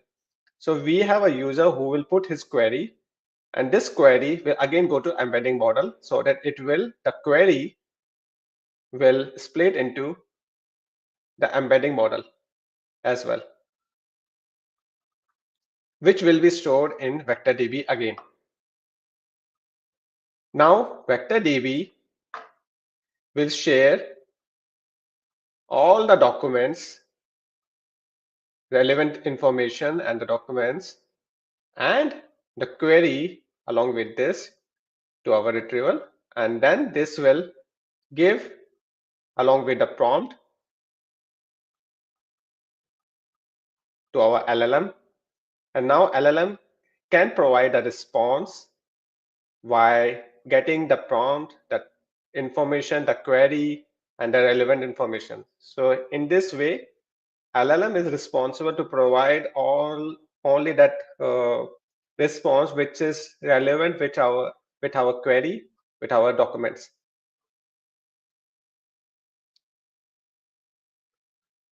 So since we have learned about like what is RAG is all about, we will see a quick demo. So all the source code is already uploaded in my GitHub repo. So you can reach out to, you can just have a look in this GitHub repo. I have mentioned all the steps in this and what are the importance of RAG. And you can just clone this GitHub repo here, and you have to add your Grok API. If you don't have Grok API, reach out to me. I can give some APIs for the testing purpose as well, or you can utilize the OpenAI as well. Once you will done, we will test it out our solution in VS Code. So we will first clone our GitHub repo. Once we will clone our GitHub repo,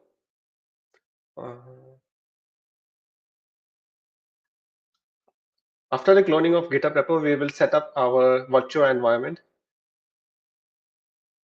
and we will run the command to install all our libraries that is required to run this solution.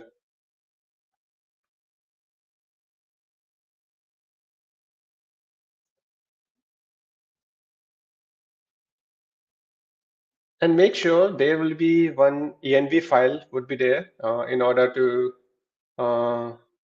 update your API key. And once this everything is done, you can run the streamlit run command to run the solution. It will open on your local host, and now you can upload any file. This file is for the Ignite book of news. So there was a Microsoft event Ignite. It's an annual event, and I just download the file and put it inside this solution. So you can upload your file so that your this AI solution can provide you the response accordingly. Now I will ask something related to that Ignite book of news. So Ignite is announcing so many Microsoft updates. So I'm asking about, tell me about the latest update on Copilot. Just wait for.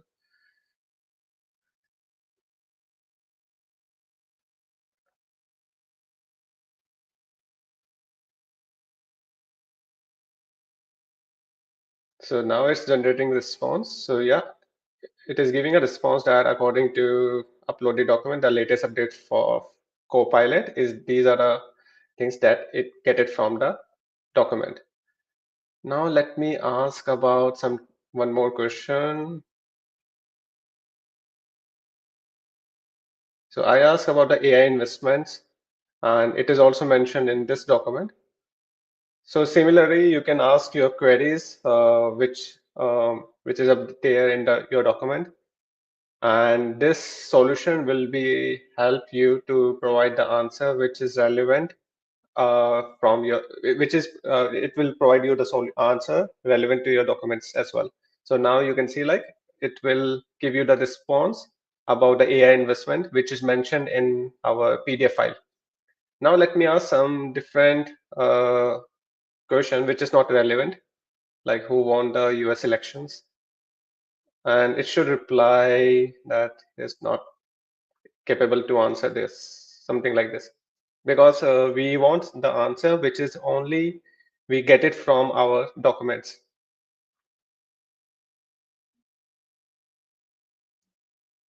So yeah, unable to find the information. So this is a basic overview. We have our own strategy. We have several strategies are available in the market for RG to so that the performance can be optimized, and there are a number of ways are there.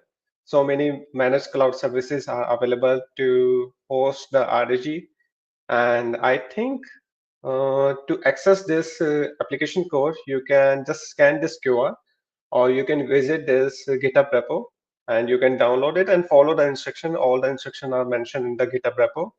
And once it is done, then you can just run this application. In case of any issue, feel free to reach out to me on my LinkedIn account. So in summary, we learn about LLM, what is LLM all about, and the challenges with LLM. We learn the concept of RAG. What other steps are available? We have to load the documents, then split the documents. Embedding models are there, which will convert the chunks into embeddings, and then we will store in our vector storage. Once the vector storage, everything is done, there would be a query processing would be there, which will check for the relevant document from vector storage, and then with the help of prompt, we will send it to the LLM, and LLM will provide the response which is relevant with the documents we have provided to our RAG solution. So I think I hope you understand the basic understanding, and you can optimize this solution as per your requirement. There are so many things are there. There are so many strategies are available.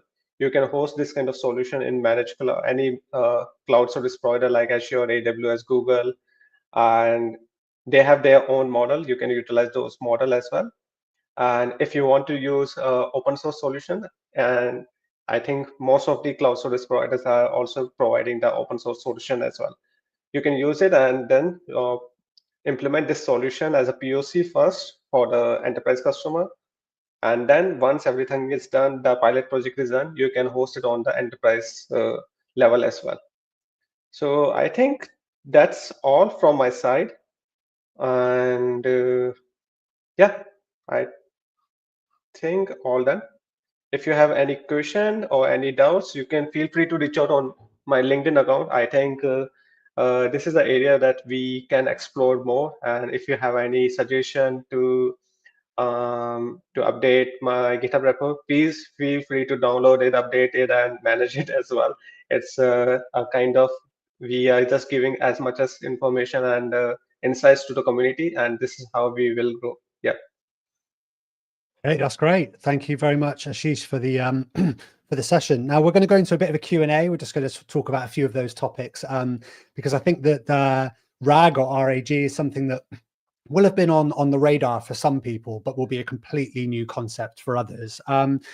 Just to sort of drill in a little bit, because I'm always interested in how these sort of very new concepts and very new technologies, you know, where the people that are working with them have sort of come from in terms of their background. How did you sort of, you know, get into this world and end up kind of delivering sessions on RAG now? How did you end up working with machine learning and AI?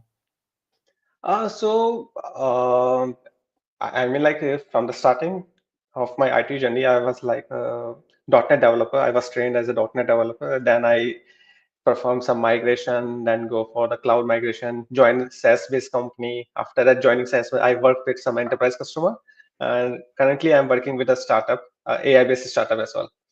So it's not like this RG and something is quite new for me because it's an industry's requirement. So we have to learn and grow from there. But and since I'm a Microsoft MVP as well, so it's our responsibility to provide as much as information to our community as well.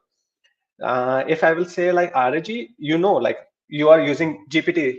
Everyone is using GPT. If you are not using, then I think you I'm not. have to use it. No, I'm joking. I am. Yeah. Yeah. So it's like in GPT, you will be getting so much of hallucination. You will be getting the false response. You don't have anything, and you cannot say like, okay, you will use this GPT in our some enterprise customer.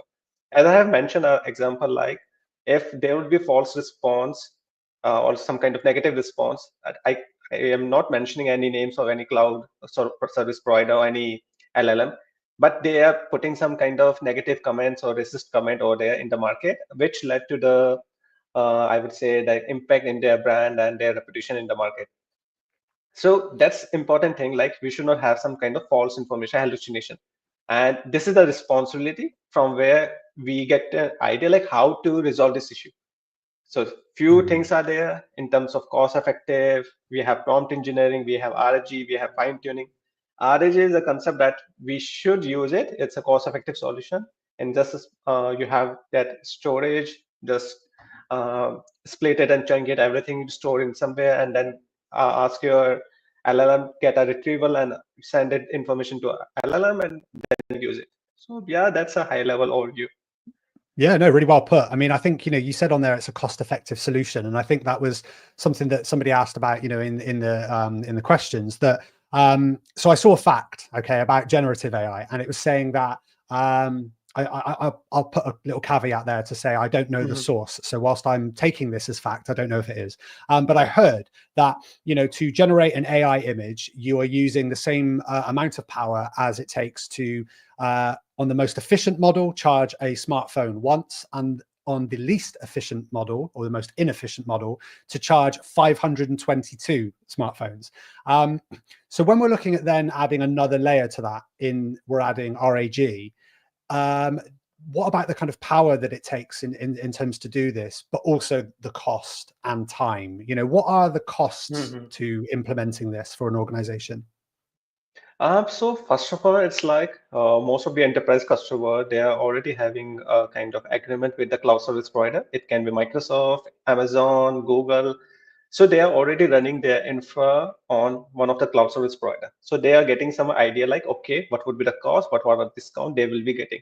Second thing is like building up a solution. So customer or any market player won't be going simply just for, okay, it's a kind of era of AI is coming, they will use anything. So it's all about the reputation. If I will ask you, like in this community, we will launch a chatbot and which is giving a negative response, we won't be able to do it. So it's all about the pilot project. So customer enterprise team needs to sit down and understand if that is relevant for their business use case or not. Let's say a company, which is a startup, is not able to fund any compute resources. It's very difficult to manage it.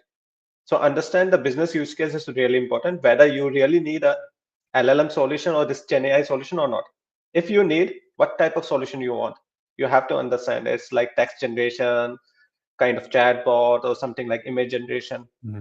As per your use cases, you need to understand which LLM or solution is there. So we are talking more about LLM, but we forget about like there's a deep learning solutions or some algorithms are already available, which we can utilize.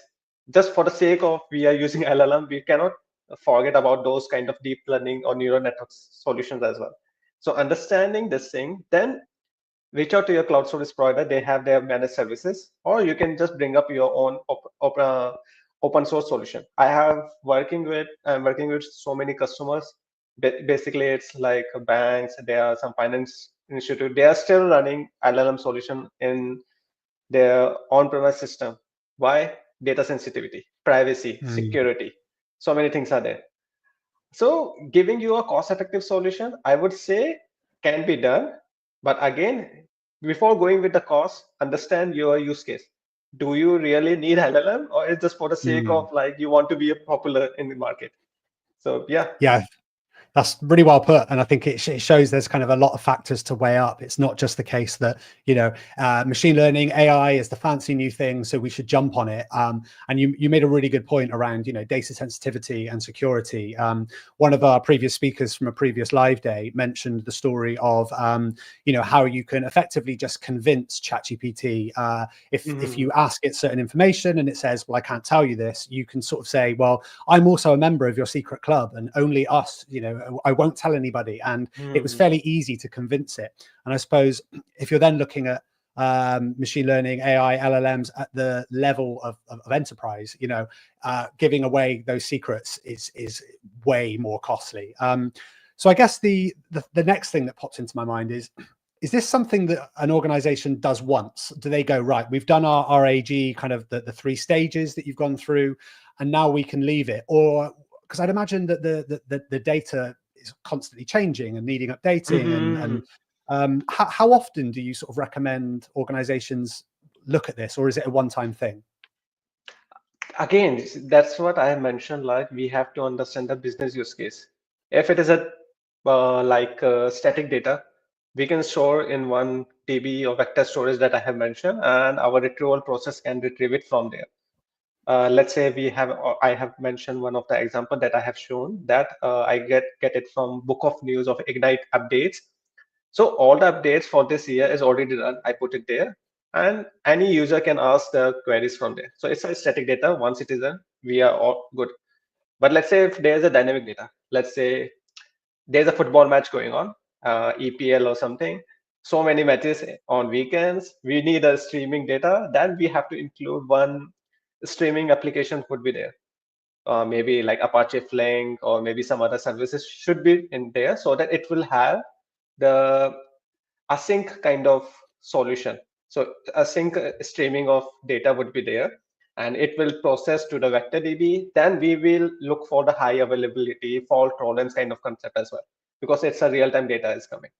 Then the cost-effective solution would be there because we are getting the data on weekend, just to scale down our infra on weekdays so that there would be very less. So it's all about like what type of business scenario you are looking for. And second thing is like, is it a live streaming data? Is it a static data, dynamic data? And then you have to utilize other services, or I think for cloud service providers, like they have all the things there. You can utilize the cloud service provider managed services for the streaming data or dynamic data. And then you can play around with your pilot project, during your pilot project, and then you can go live as well. That's really interesting. I like the fact you're talking my language with the football analogy there. I like that. But I will say, it's interesting to kind of think of the way that companies are viewing this, right? Because as you said, some sort of go, well, we just need to include an LLM because we need to include an LLM, and it's a cool new thing, and it's fancy, and it's a shiny new tool. But I'm wondering if, are you finding if the RAG is something that is mostly the large enterprise, 1,000+ members of staff, very big budgets to support this kind of thing? Those are they the kinds of companies that are looking at RAG, or are you finding that it's the small scrappy startups as well? Or are they saying, are the startups saying, well, we don't need it, we're fine with hallucinations, we just want to keep our costs down? Who are you sort of finding is the typical company or organization that actually implements this? So see, hallucination, no one likes the hallucination, definitely. I mean, like RAG is a concept where we can optimize as per our algorithm as well. Its cost effectivity is, again, it's up to us how we are utilizing it, whether it is we are taking a managed solution or we are creating our own solution. That's some different topic. But again, whether it is startup, enterprise, or any SME, any kind of customer, they can utilize RAG. And its most important thing is like if they're giving any service to their end user, it's all about accuracy. Accuracy means like you should have the relevant information from your data sources. Second thing is like, let's say I'm a kind of, I need some, in medical line, you may require some urgency. So you cannot rely on chatbot or ChatGPT. Okay, in that case, of course, RAG will say like, RAG solution will say like, okay, these are the things that you can do it, but for more information, you can consult any doctor or someone from the medical side. But at the same time, if there's some daily routine questions are there, it is keeping asking from your data sources. You can put one chatbot and customer can interact with that one, and it will provide you the result from our data sources. Again, there could be one scenario where we just publish some kind of chatbot solution. I think we are discussing a lot about chatbot, but just want to tell one more thing. Like there are so many researches going on. Recently, Azure has launched voice RAG as well. So that's the way we are interacting. You can interact with that voice RAG. It's an open AI real-time API, and it was quite interactive as well. You are just speaking to that, and it is giving you the relevant information from data sources. And I think few weeks back, I have heard about some video RAG research paper. I did not get a chance to read about it, but quite interested. Like people are doing research on that one, and RAG is getting popular. Next to RAG is fine tuning, where you will fine tune the LLM model. And why I'm saying it's not that cost effective, because it will take a huge investment. You have to convince your bosses, like, please do some investment. We have this, that, computational cost would be there. You need to just see, you may ask NVIDIA for the sponsorship of your project. So there are a few things that needs to be considered. I think RAG is simply the best one, but we can just play around the algorithm and we can provide a solution to our end user and customer. Yeah.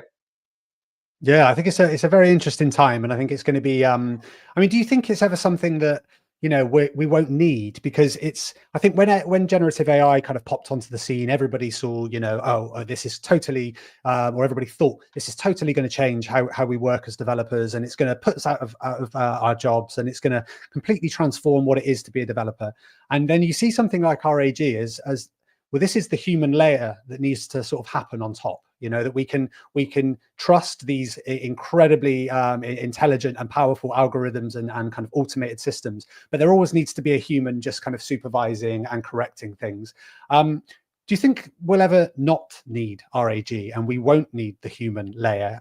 Or is it something that you think it's a good thing that it's here and it should be here to stay? See, I won't say like AI will replace human. Like, I mean, like in most of the conference, we are getting this kind of questions, like if AI will replace. It's AI is, I would say, a kind of companion of a human being or for a developer or something. Let's say you're stuck in some kind of error, you will just simply check with GitHub Copilot or other thing, and you will get a solution. Even if you're not getting solution, you will reach out to your senior and ask them like what would be the best way to do it. But GitHub Copilot will reduce that time. Like if you will reach out to your senior, you will ping on Teams that, hey, can I reach out to you? I'm like, that time would be reduced and you can focus on other tasks as well. So this is one thing. Second thing is like, if you're saying like RAG and a layer of human, of course, let's say today we develop RAG. Okay, this is done. My task to interact with the customer is done. I can focus on some other skill set and I can leverage my skill set in that domain as well. So today I done with my chatbot. Now I will utilize my voice RAG so that my company can utilize that voice RAG. So human, it's like they have to upskill. So today you have done that RAG, voice RAG would be there. Maybe in future you will be having a digital avatar where I will be sitting like this and interacting with you. Maybe I'm like an AI solution. So it would be there. But of course, we are developing a solution. We may require, I mean, like if you can see that one graph I have shown, so many research papers are still going up. And after the launch of GPT, it's not about like GPT will give you the response. GPT will give you some kind of relevant information, something. If you have put that RAG on the top of it, it will give you the correct information to avoid hallucination. So it will be easy for us. And you can see like NVIDIA has so many computation resources as well. So we can run and spin our resources there. That's why the research is going quite fast. So human layer, of course, it's required because we are the one who will do the research. We are the one who will implement. But at the same time, we need to understand like AI is now a part of our life. We have to utilize AI and upskill ourselves. Like today, I'm good in, let's say, banking and finance domain.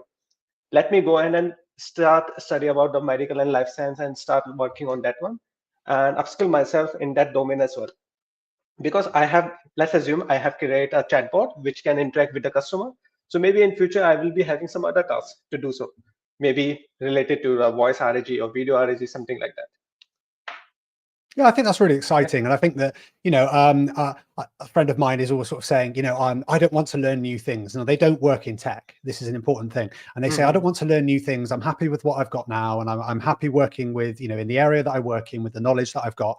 And I think that in tech, we all accept that it's, you have to have that growth mindset and that mindset of I'm going to learn new things. And rather than seeing this as it's a big threat to our jobs, I think you've put it really well, just to finish us off there. You've put it really well as effectively to say, this is an opportunity for us to upskill and learn, the cutting edge technology that's going to really impact the world in exciting ways. So Ashish, I just want to say a massive thank you for your session and for joining us. It's late at night there, I know, so I'm gonna leave you to go and enjoy your evening with a good job done.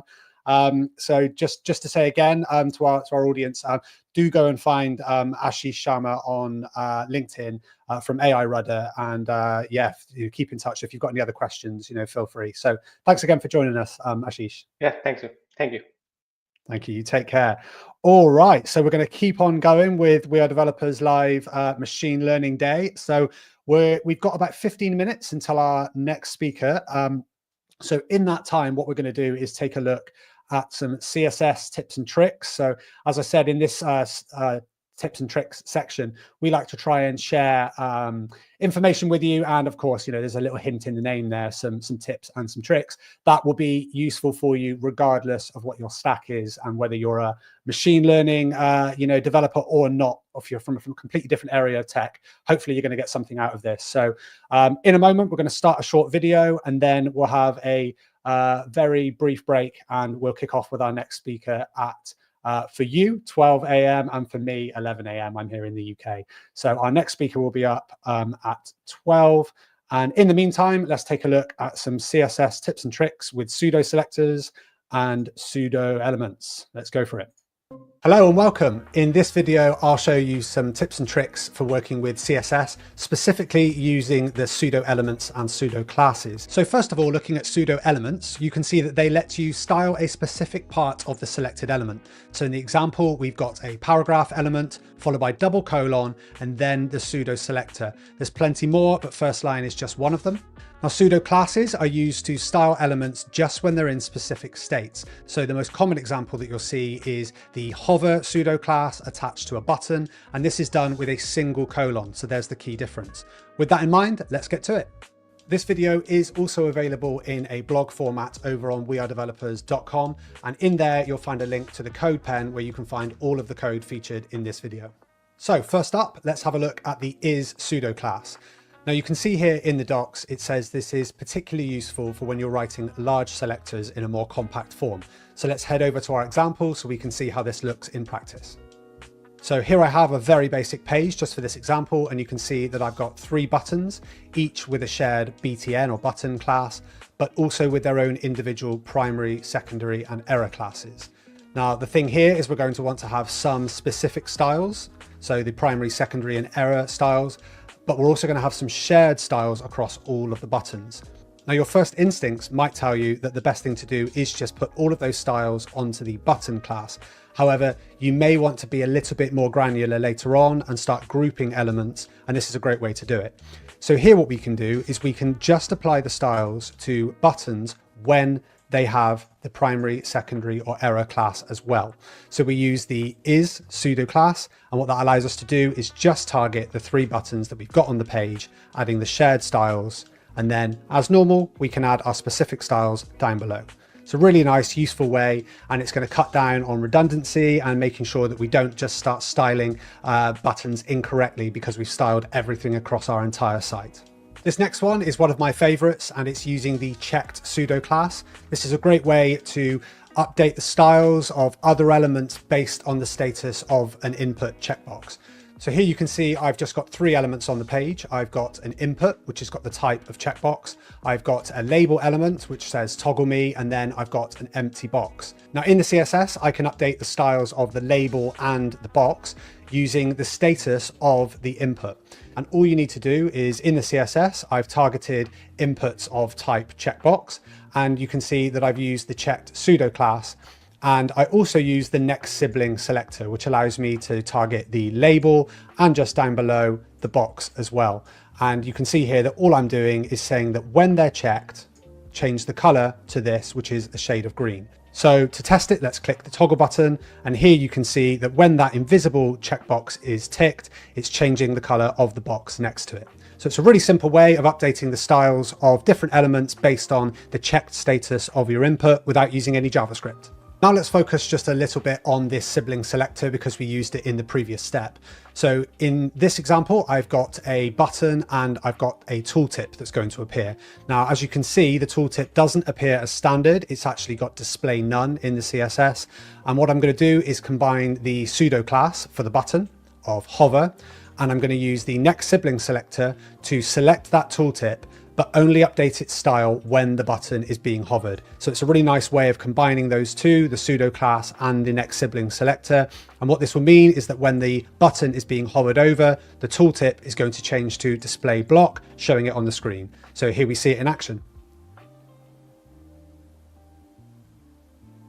This next one, the has pseudo class, is a lot of fun and it's really useful. So in my HTML for this example, you can see that I've got a figure element, and inside of there, I've got an image and a fig caption. Now, what I wanted to do was only style the image to have this gray background with the text if it contains the fig caption. If there's no caption, then I don't need the border. So I can do this in a really nice, simple way and in a very readable way in my CSS. So I can just say, effectively, if the figure has a fig caption, then style it like this. And you can see I've got a background of a dark gray and I've got some padding and I've made the text slightly smaller, which gives me my caption just here.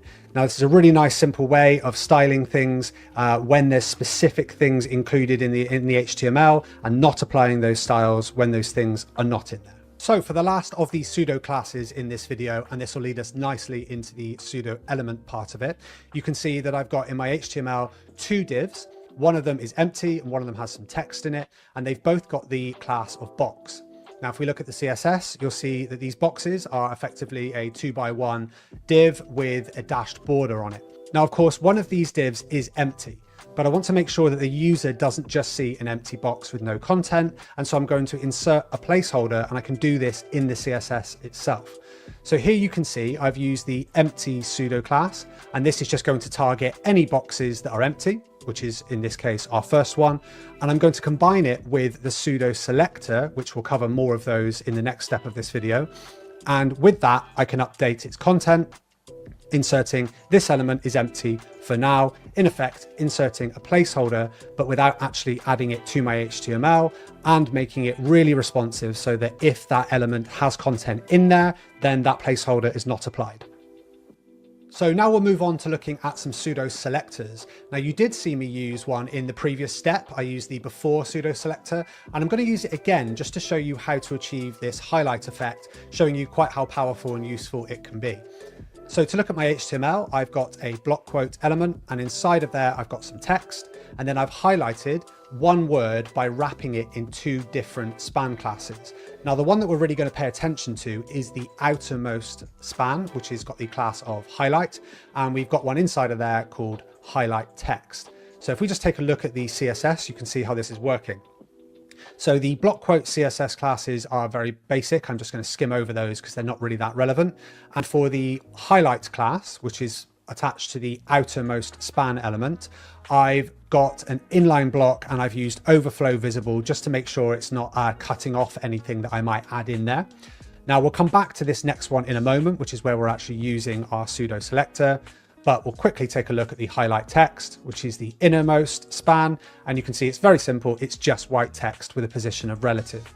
So what's happening here is that we're using this before pseudo selector to insert some content in before the actual content as it is in the HTML. So looking at the highlight span, you can see that it would insert it effectively here, just before the highlight text actually appears. So in order to style the highlight, all I needed to do was use my before pseudo selector, and this is going to allow us to insert basically an absolutely positioned div in there, and it's going to have the background color of this kind of pinkish red, and then we've skewed the angle to -3 degrees, and then with the Z index, we've put it behind the text. So it's a really nice, simple way to insert something in without actually adding to the HTML itself. Okay, for our final example, we're going to use two different pseudo selectors in combination. So here you can see I've got a paragraph that's styled very similarly to what you would find in a newspaper. And I've done this by using a combination of the first line pseudo selector and the first letter. So looking at the HTML, you can see it's just one paragraph element with the class styled paragraph. So looking at the CSS, you can see I've got some basic styles on my styled paragraph, which will just affect pretty much everything within it. However, I've overridden those using the first line pseudo selector, and this is going to allow us to transform that first line into all uppercase and just space the letters out. And then I've done the same thing using the first letter pseudo selector just to that first letter, which I've turned into a serif font, and I've of course sized it up and handled the spacing and margins differently. So it's a really nice simple way for you to add some very specific styles to an element, again without adding to the HTML. And there we go. That's it for this edition of We Are Developers Tips and Tricks. Head over to wearedevelopers.com and have a look at our magazine, where you can find this video in a blog format instead. And of course, there's links there to all of the code you saw in this video. See you next time.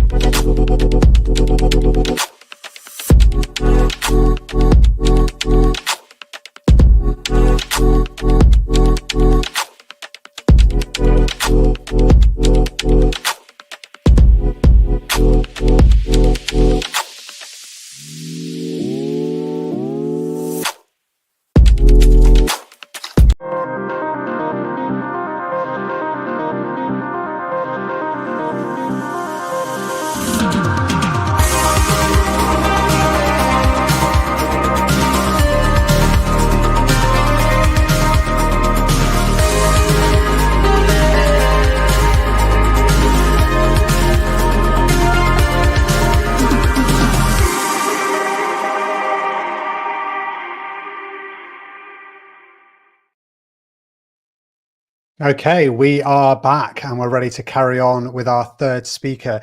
Joining me in just a couple of moments, we're going to see Maxim Salnikov, who is a developer productivity lead at Microsoft, who's going to be taking us through his session From Traction to Production, Maturing Your LLMOps Step by Step.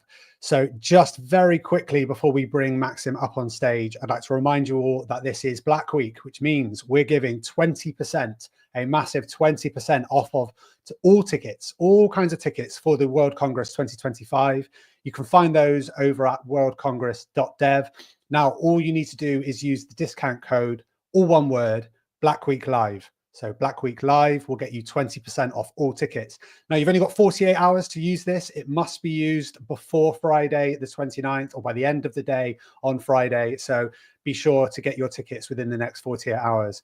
With that being said, we're going to carry on and we're going to bring our next speaker up on stage and we're going to get straight into Maxim's session. Hi, Maxim, welcome to the stage. And I'm going to hand over to you now. So we're just going to get your screen set up on the stage as well. And over to you. Hello, Daniel. Hello, everyone who is watching us. Yeah, my great pleasure to present at the Machine Learning Day. And let's start.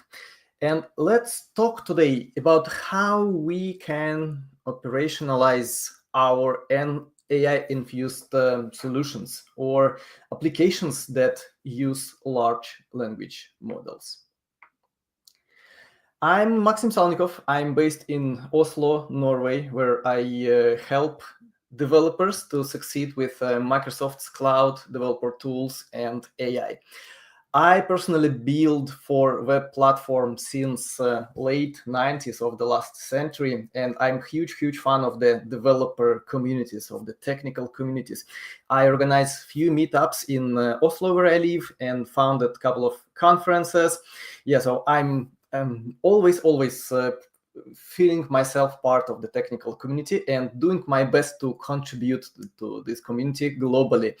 My favorite topics to present about is all kinds of web development, cloud development, and of course, last couple of years, everything around generative AI, and my personal passion is prompt engineering.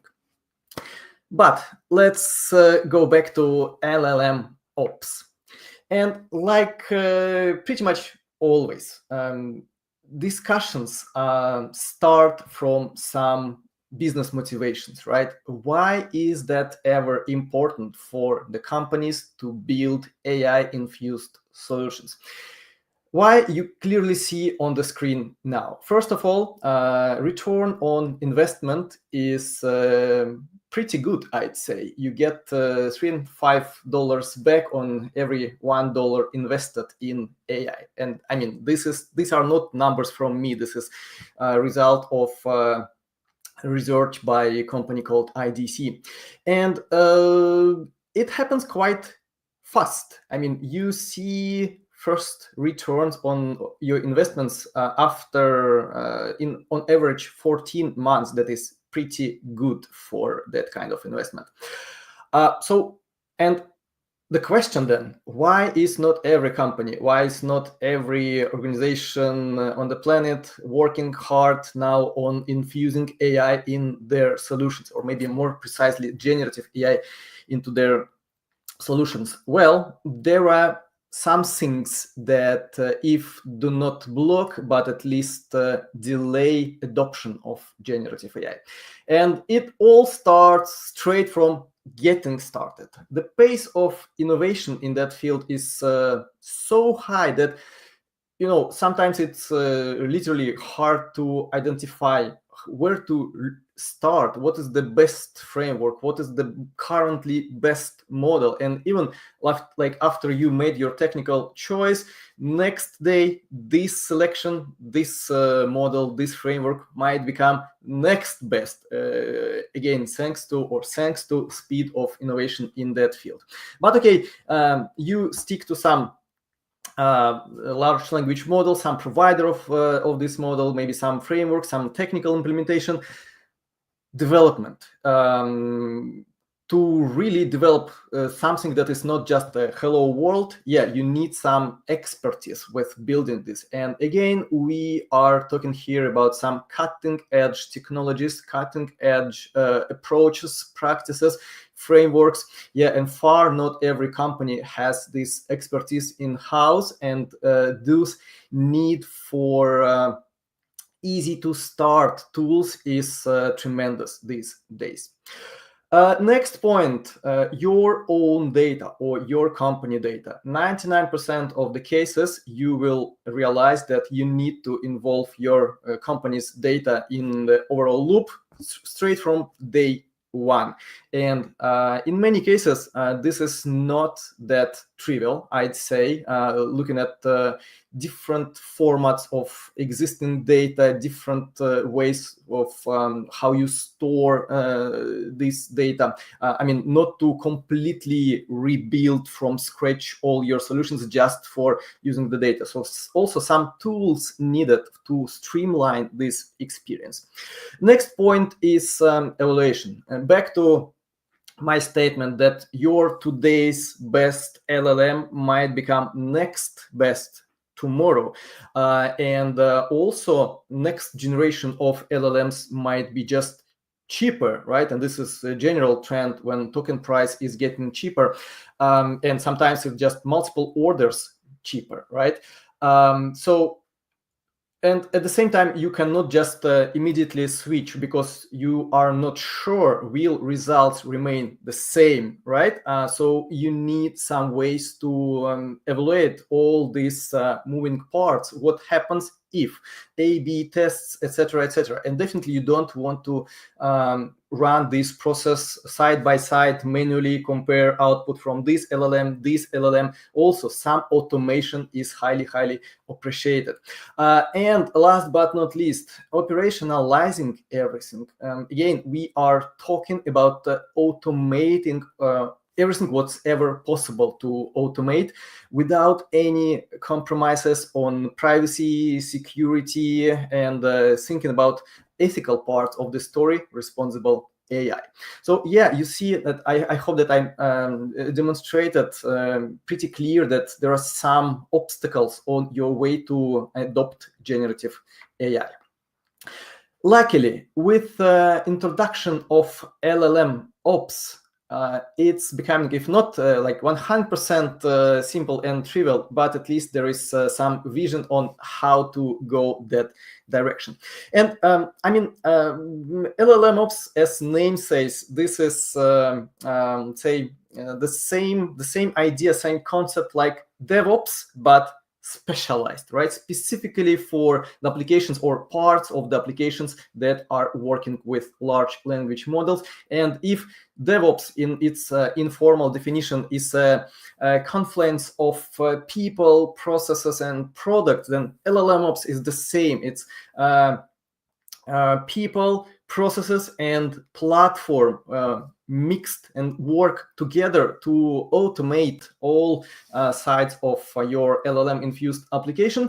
Why? Well, the final goal is the same for pretty much everything that ends with ops, to provide continuous value to our users, to our customers. As simple and as complex as that.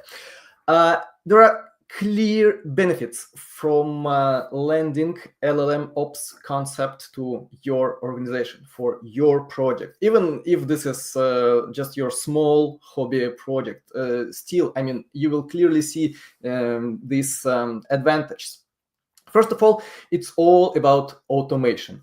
And if the way we, for example, push code to the repo, deploy the code, I mean, these questions are answered by, let's say, classic traditional DevOps, then automation related to evaluation and testing of these probabilistic engines, this is where LLMOps gives answers and also points to particular tools, right? So this is where we want to focus our automation efforts. Next, collaboration, and here we focus on sharing what we have, sharing assets, and resources, connections between multiple parts of our solution. Reproducibility is absolutely non-trivial things if we talk about, again, probabilistic, non-deterministic, stochastic applications or parts of applications when we talk about LLMs and generative AI. I mean, we definitely need some focus here as well, just to make sure that, all our components are reproducible, properly versioned, and easy to maintain after all. And it all gives us, first of all, velocity, and second, security, right? So we definitely don't want to compromise on that as well. This is machine learning day, right? So I assume that some of you might be familiar with machine learning operations or MLOps, and you might also have a question: how are these things are different? Because they both work with probabilistic applications. You're absolutely right. They have lots of intersection points, but still they have lots of differences. So let me dedicate a few moments to explain that part. First of all, if we talk about audience, who is main fault responsible for this ops, and maybe at the same time main beneficiaries of this, obviously this this is all relevant to machine learning engineers for both cases. But if we look further, it's like slightly different sides of this spectrum. So if traditional MLOps, focus on data science part of the story, then LLMOps is targeted for application developers, right? So you clearly see a difference here. Also, if you talk about assets, about resources we operate here and there, MLOps, it's all about models and data and environments, while slightly different, let's say, entities for LLMOps. Here we talk about large language models themselves, agents, plugins, prompts, chains, APIs, and let's say we also talk about vectorization, we talk about chunking, we talk about prompt engineering. So let's say we can say maybe it's higher level entities compared to MLOps.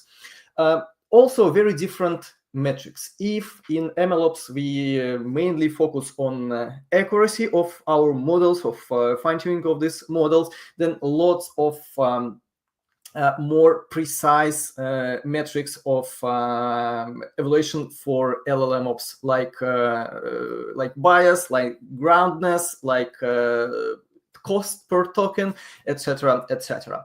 And last but not least, if we talk about mainly building models from scratch for MLOps, like building or maybe fine-tuning, then in LLMOps, at least what I see now, it's mainly using of some pre-built ones. Of course, if needed, we can also fine-tune.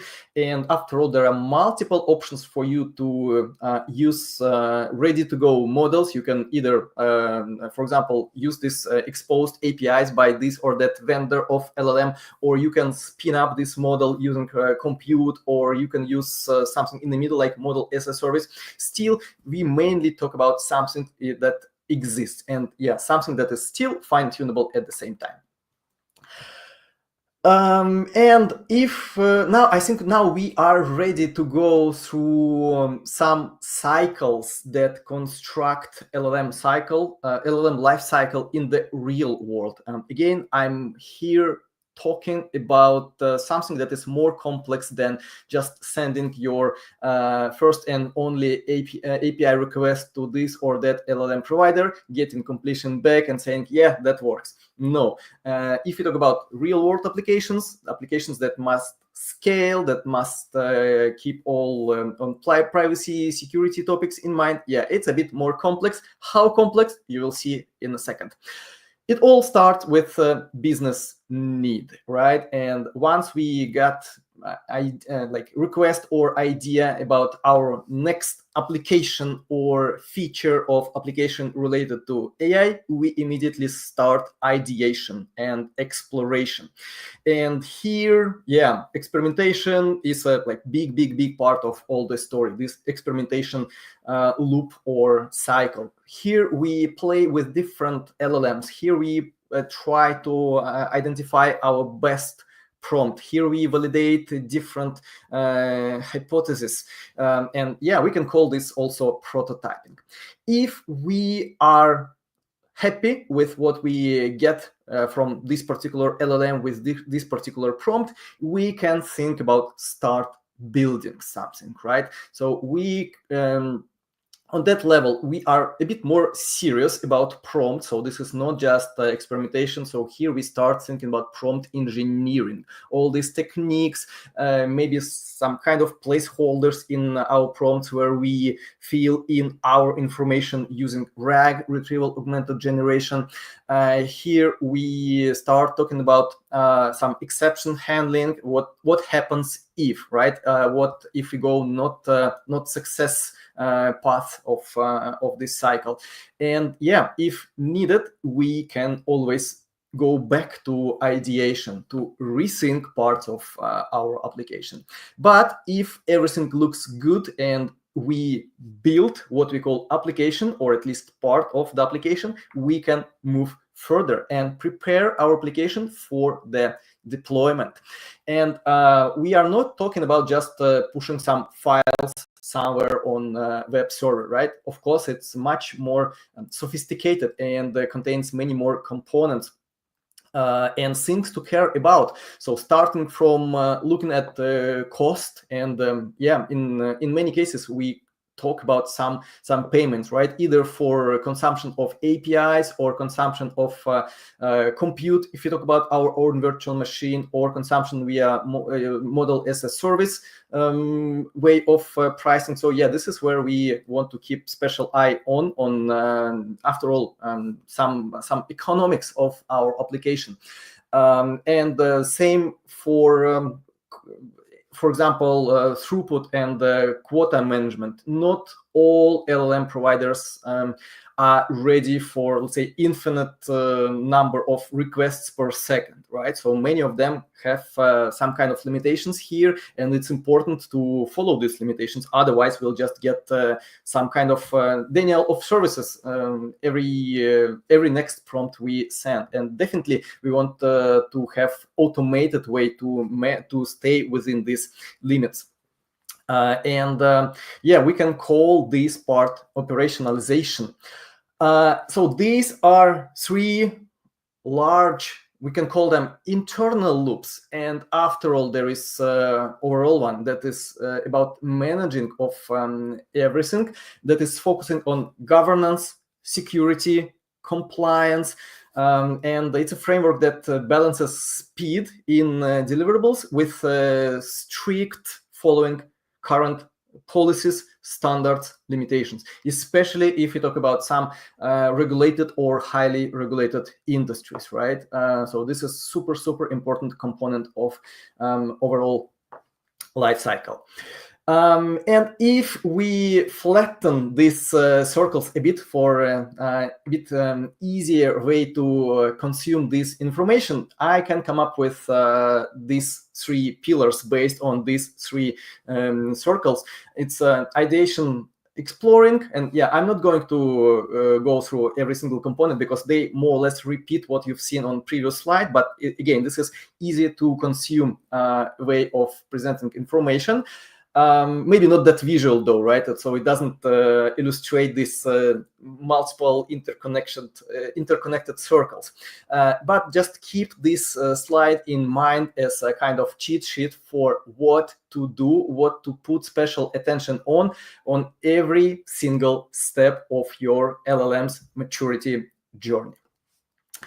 And now I'm ready to introduce what we call LLMOps maturity model. So depending on which components of these circles you have in place for your current application and what you plan, you can estimate where are you, like your project or maybe your company, in these maturity model stages. And it all starts with level, it's not 0, but level 1, initial, maybe after you send your first API calls to this or that LLM providers, or maybe just spin up your model on your virtual machine. This is like very foundation of your very start of your journey. You send some prompts, got some completions.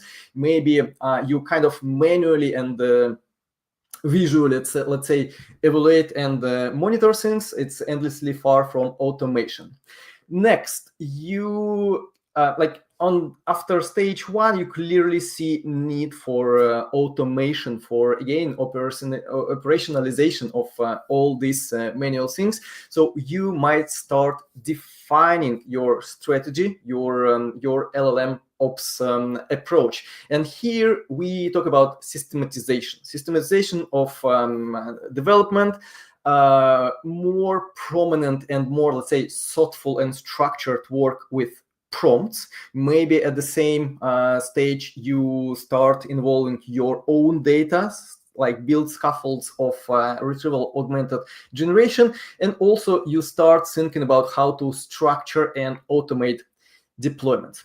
After you done with this task, you can say that you are on stage number 3 of this maturity model. Here you have quite advanced LLM workflows and automated monitoring. I mean, you don't wait for something to break. You can predict this and you can mitigate this in advance, again looking at the monitoring, and you have respective tools. Your prompt management is comprehensive, so you talk about not only evaluation but real-time deployment, versioning, collaborative work on your prompts, having like templates in your prompts. So you consider prompt engineering as a, if not separate discipline, but a prominent part of your developer work. And also you set up advanced monitoring alerts and all about all kinds of performance, cost, everything. So you have full control there. And last stage here, what we can call optimized. So you achieved operational excellence.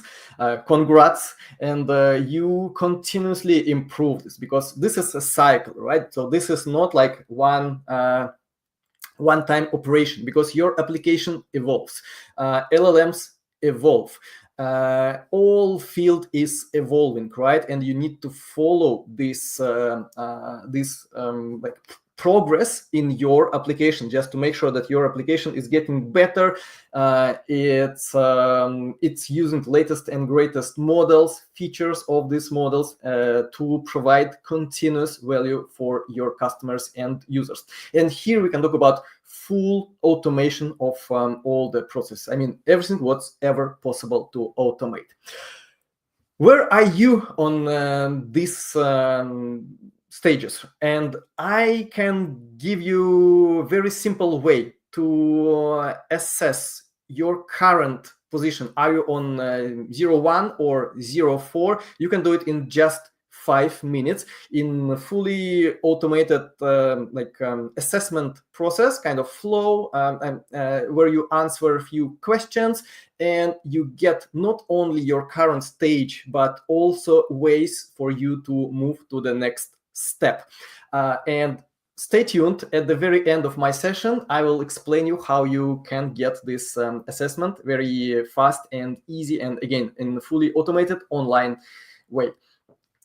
And of course, my session will be incomplete without sharing some tools that can help you with LLMOps, with moving from stage to stage and this maturity model. And we are talking here about Microsoft's offering, and this one is Azure AI. Briefly, it contains all, or like not all, but mainstream foundation models that you can easily find and evaluate and test and compare, but a bit later on that.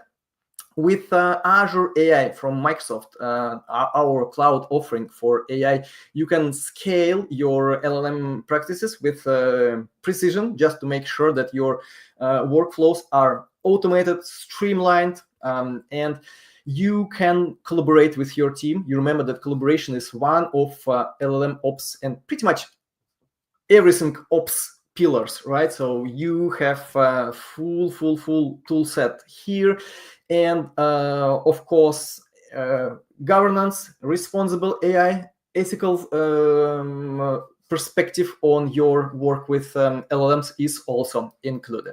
So what is Azure AI after all? First of all, you can easily go and try this, ai.azure.com. You just need Azure Cloud subscription, but if you don't have one, you can go and register trial. You will get some credits, so you can start exploring this tool right here, right now. But maybe not now, wait until end of the event, and then go and explore.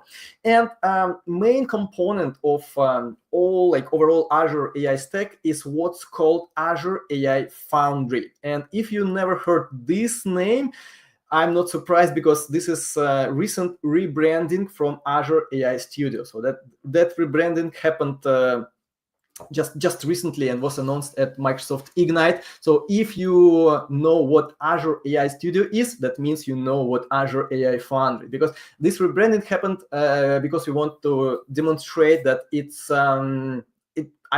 covers more and more parts of your AI journey. So Azure AI Foundry, it's all about model catalog. It's end-to-end AI toolchain for you to, again, automate, to streamline all your operations and the development itself. It has responsible AI practices as foundation. And yeah, as pretty much everything in Microsoft, it's enterprise ready, production at scale ready. It has full catalog of cutting-edge models with all ways that you might ever think about how to consume these models, either just exposed APIs or spinning up your virtual machine or model as a service. You choose what works better for your particular project. It has set of what we call Azure AI services. These are just some parts of AI capabilities exposed via APIs. It's you don't need to have data science, data engineering, even machine learning engineering in-house to start building your AI-capable application. So if you talk about, let's say, traditional AI applications like text-to-speech, speech-to-text, computer vision, we have these APIs in production for years, and they are very capable. They are very comprehensive in number of features they offer, and still they are under constant development to provide even better set of features faster and cheaper. And if needed, if you wish to build your own models or fine-tune models and orchestrate this flow, again, end-to-end, it also contains tools and features for machine learning. And under the hood, it all based on cutting-edge AI infrastructure, or we can say state-of-art AI infrastructure on Microsoft data centers, Azure data centers, with all whistle and bells ever possible for this kind of compute. Now, end of this session, to the end of the session, let's quickly go through some components of this super massive studio of Foundry. Yeah, maybe Foundry is even better term now, right? To understand where exactly it contributes to this or that part of this circles or cycles I mentioned. And let's start from the first one, of course, ideation, exploring. And as I mentioned, in many cases, it starts with you choosing right model and right consumption model for this model.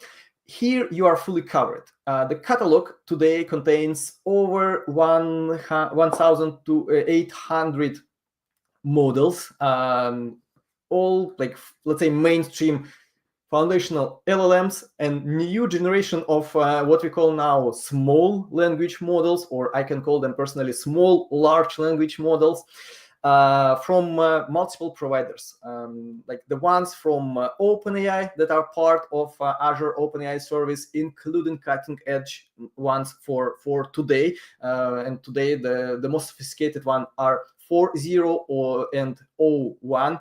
Maybe if you watch this session in recording after 1 year after it's been recorded and demonstrated, you can smile. So you call this model cutting edge, now they are legacy.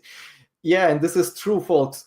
We called this like GPT-4 and cutting edge. Now it's in legacy part of this model stack, right? Because again, innovation pace is just incredible in that field. So everything from OpenAI, open source models from Meta, from Hugging Face, Cohere, Mistral, you choose, right?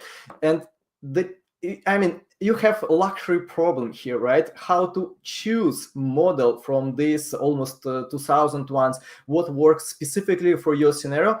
We have you covered, because if you go and check the interface of this model catalog, it's so cool. So you can choose your industry, you can choose your scenario, you can choose your desired model to how to consume this model, how to pay for these services. So choosing part is well covered in model catalog, and you immediately can compare some models with each other, how they operate for your particular task. You can immediately test the model. There is kind of sandbox where you can start sending prompts and check what kind of completions they give you.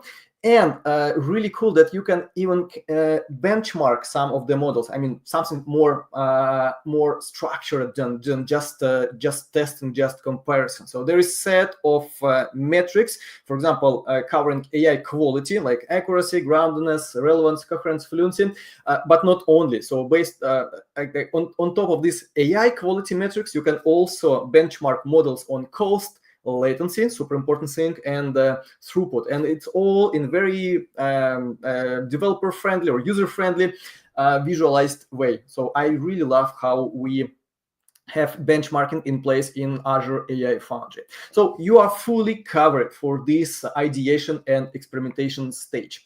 What if we go next? What if we are ready to build something? And as I already mentioned, in many cases, I'd say 99.9% of all enterprise AI-infused applications, you need to think about retrieval augmented generation from the day one. Of course, we don't have time to dive deeper, or if I was LLM, I would say delve deeper into what is RAG. So I assume that you have at least foundation knowledge. What I wanted to say here that, yeah, you are fully covered here as well. So as sophisticated retrieval, we have Azure AI Search. As a model, you can use, for example, Azure OpenAI service or any other models that I demonstrated recently on this model catalog site. And yeah, you have all tools for covering this right part of this diagram, everything related to chunking, vectorization, indexing, ranking. So it's all covered very well by Azure AI Search. But if we look at, if you remember previous slide, the left part, all orchestration, how we actually orchestrate this RAG flow. Are there tools for us to help to automate this component? Yes, luckily we have a framework called Prompt Flow for literally improving our LLM operations. And this framework is open source. I mean, you can run this in full disconnection from Azure AI, from these cloud services. You can spin this up locally on your machine. It has a really nice extension for Visual Studio Code that allows you to both write it as a code first, and this is code first approach is super important if we ever talk about operationalizing something, right? If you talk about like storing these workflows, reproducing these workflows, of course, it's like UI is not enough, right? Code first is absolutely must have. At the same time, it has very nice UI as well. So if you prefer kind of this low code, no code way of building your flows, you are fully covered here as well. But in the big picture, prompt flow gives you opportunity to create and develop flow, again, in the way you prefer. It gives you tools to evaluate for quality and performance. And you have all needed runtimes, toolchain for streamlined development. This is how that looks on Azure AI as a cloud hosted version. But again, you can reproduce very similar UI straight in your VS Code if you don't want to run a code prompt flow as a part of Azure AI. And yeah, I just have a couple of slides to highlight just few of the features from prompt flow. And here you can see that you can create your LLM flows basically as a flow, right? In technical terms, this is graph, like directed a cyclic graph where each node represents either call to LLM or prompt or some simple snippet of code if you need to do something with completion, some simple string operations, for example. And then you can literally combine these nodes into graph or flow in this terminology. It also gives you super handy way to manage your connections. I mean, you don't need to think, okay, where do I store credentials, secrets? How do I change them if needed? Again, you have either code first approach or this super simple visual one where you just literally pick from available set of connections. And last feature I want to highlight from prompt flow is very handy and again very visual way for you to keep multiple variants of prompts. Why?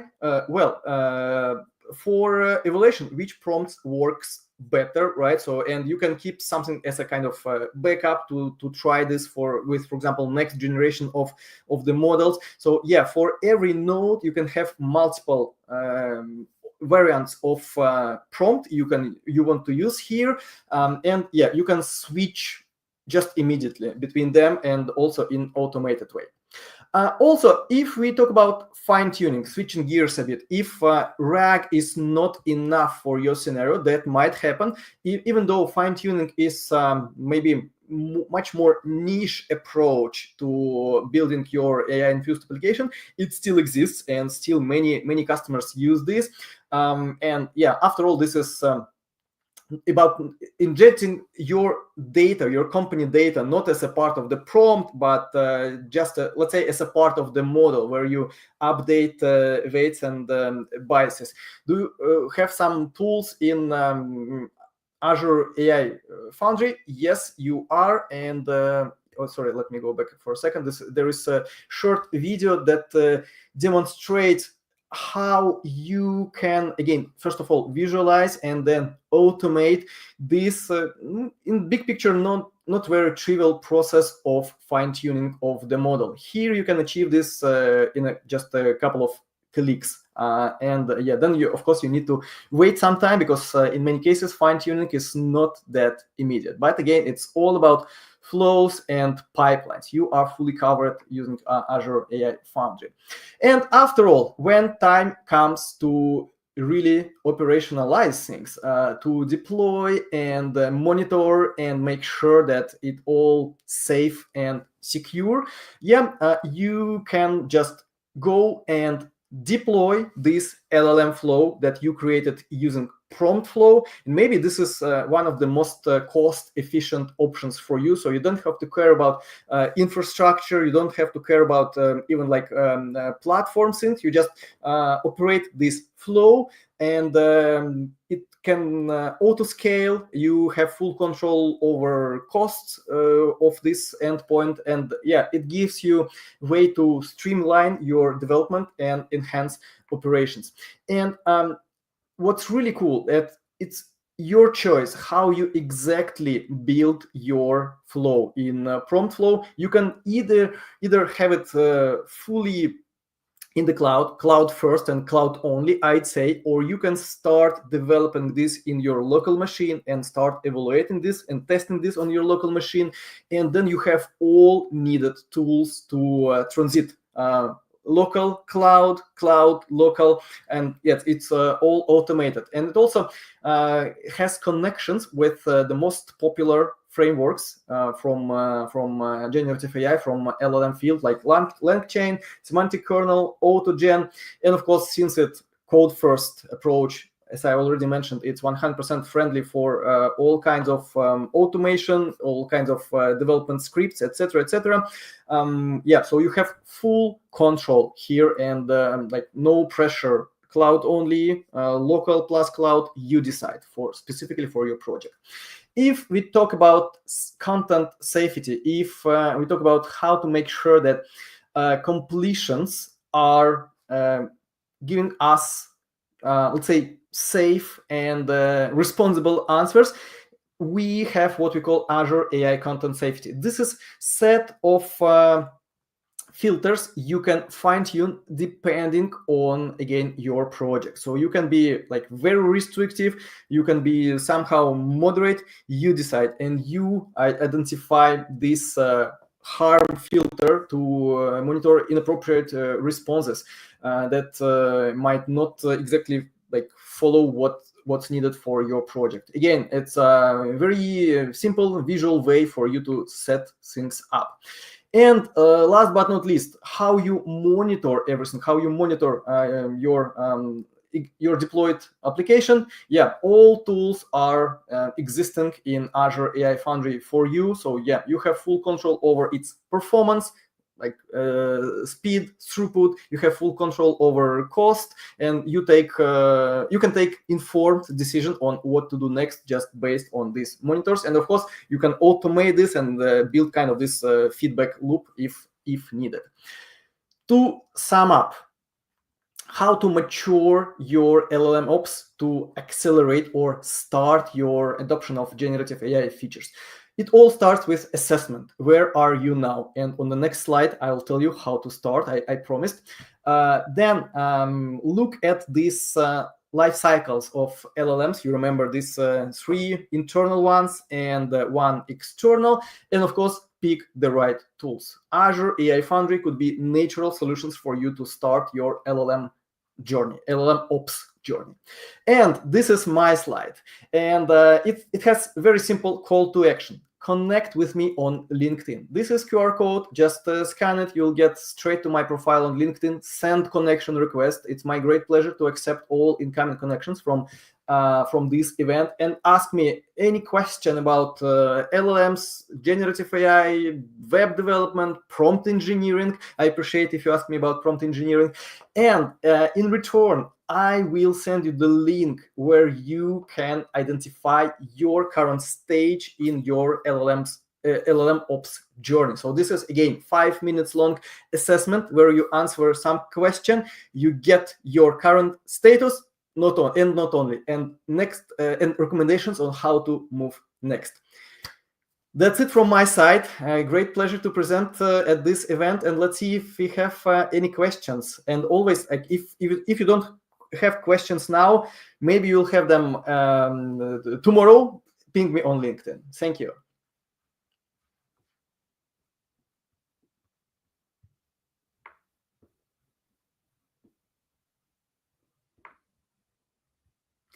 Daniel, I believe you're on mute. If you say something, I don't hear you. Apologies, I am. What a schoolboy error there. Hey, thanks for the thanks for saving me there, Maxim. I said I was very excitedly just going and sending you a connection on LinkedIn, and we're already connected, so that's good to know.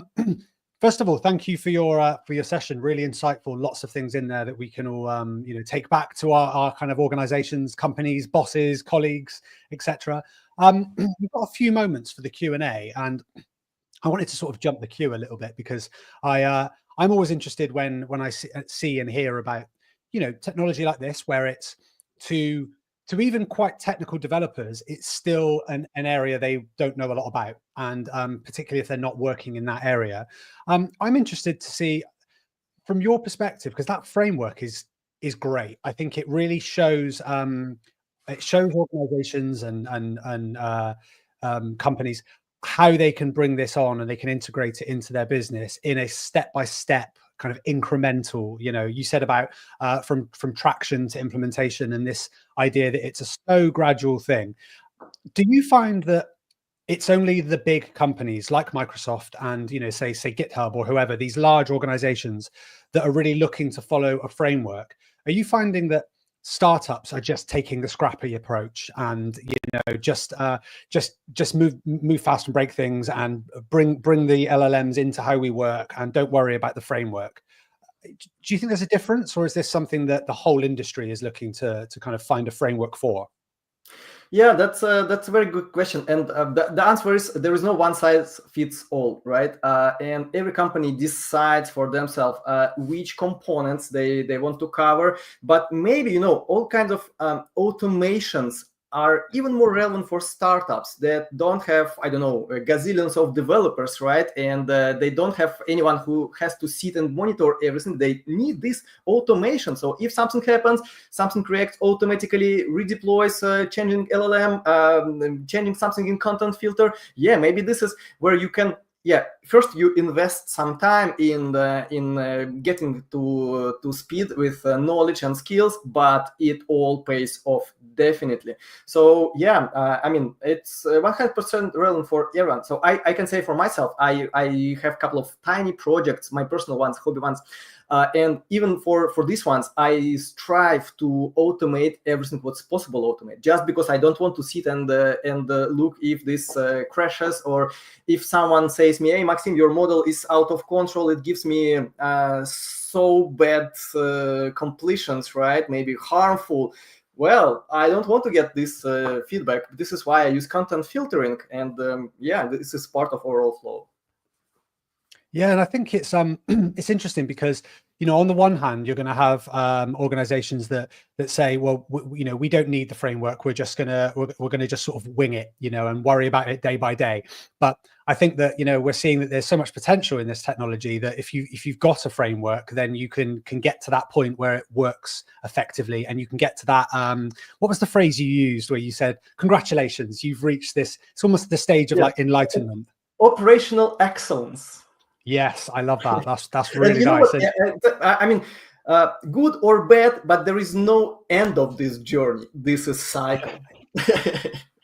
Yeah, I think that was the next thing I was going to sort of get to. Is that, again, is this something that when we hit that point and we're operationally excellent, do we say, okay, the work is done? And my next question with that is, do you think that because early on, in the framework, you said that they would sort of monitor. So they would be monitoring whether it be the output of the model, or the accuracy, or just the cost, and monitoring those things.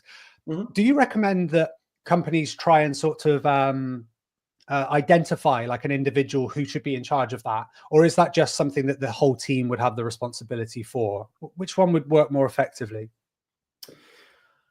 Well, yeah, again, there is no one size fits all, and there are teams consisting of one person, and there are teams with super dedicated like departments that specifically monitor things. I can say that with automation of things, yes, you can achieve results just being one person company. Yeah, that's my best answer. So don't focus too much on job title. Focus on automation. Mm.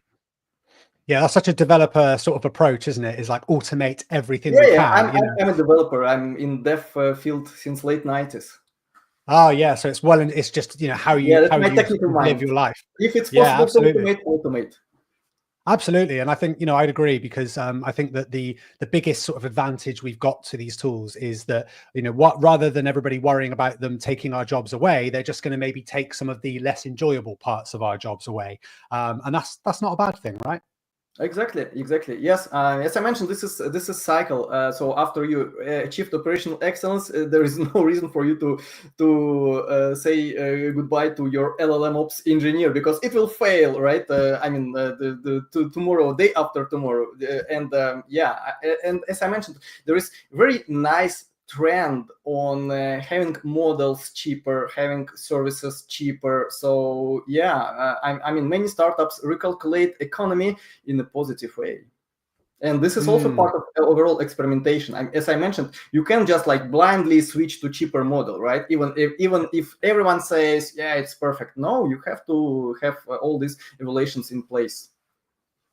Yeah, and I think it was interesting where you said as well that it made me feel old, you know, where you said ChatGPT 4 is now a legacy model. Yeah. And I thought, isn't that the one I've just, no, it's not. It moves that fast, you know, that those things do kind of go out of date very quickly or become inferior models. And I think that's where maybe this framework is so essential, right? Is that rather than getting, like you said, don't get tied to the job title, rather than getting tied to an individual model, we need to be looking at this higher level, you know, model that we're kind of using in our businesses to actually then not have to think about the individual model, but rather how it's being implemented, how it's being used, how it's being trained, how it's being deployed. So I think there's some fascinating insights in that one, Maxim, and I could keep asking you questions, but we are very short of time. So I'm just going to say a massive thank you to you for joining us today. I'll see you over on LinkedIn, and I'd urge those watching to go and follow you as well. So thanks again, Maxim. Thank you very much. Great pleasure to present for your conference, and thanks for your questions. Great discussion. Thanks again. Well, we might be seeing Maxim again at the World Congress 2025. Who knows? We've got some fantastic speakers that are going to be, you know, delivering lots of insights and knowledge and experience at the World Congress next year. But we've still got one more speaker for today as well. So we're not finished. Now, just before we get to our next speaker, and thank you so much to Ayub Alawani, and I'm going to let Ayub, when they come up on stage, correct me first of all on the pronunciation of his name, because I never quite know how I'm doing on that. And Vince, my producer, has already said, Dan, you're getting it wrong. So that's okay. Hey, I'll try my best. Now, before we bring him up on stage, we're just going to look at a couple of different things that we want to put in front of you, remind you of, and make sure you're aware of. So first of all, before we take a look at the Code 100 challenge for this week, I'd just like to remind you all that it is Black Week, which means we're giving 20% off of all tickets to the WeAreDevelopers World Congress 2025, which takes place in July next year in Berlin. Now, 20% off those tickets is a great discount. It's one of our larger discounts that you're going to see, and you've only got 48 hours to take advantage of it. So how do you do that? Head over to worldcongress.dev. So worldcongress.dev. And over there, you can see the link on the screen now. Over there, you can just use the discount code Black Week Live, and that's one word, Black Week Live, and that'll get you 20% off. And again, you can see that one on screen as well. Thank you to my producer, Vince. Very slick he is. He does some great work in the background. Now, we're also going to, in a moment, take a look at the Code 100 challenge that's going to give you a chance to book your ticket to the World Congress and to take part in the Code 100 finals. So if you're not aware of it, code100.dev is the place to go. And we take a number of challengers over to Berlin for the Code 100 finale, and they compete live on stage in order to try and become Europe's ultimate coding champion. Now, of course, our competitors get themselves a ticket to the World Congress as well. So not only could you get a free ticket to the World Congress, but you get a chance to go on stage and take home the trophy as well. So remember, Black Week Live, and check that one out at worldcongress.dev. Now, we're just going to jump across to our Code 100 page because we've got a new puzzle for you that we want you to have a go at. So you should see that on the screen shortly. And we'll just bring this up. We'll just get these parts ready for you. We've got a couple of different things for you to take a look at. Okay. We're just going to bring that one up on screen. All right, we'll keep this one moving while we wait for that. There's a little bit of a delay just there.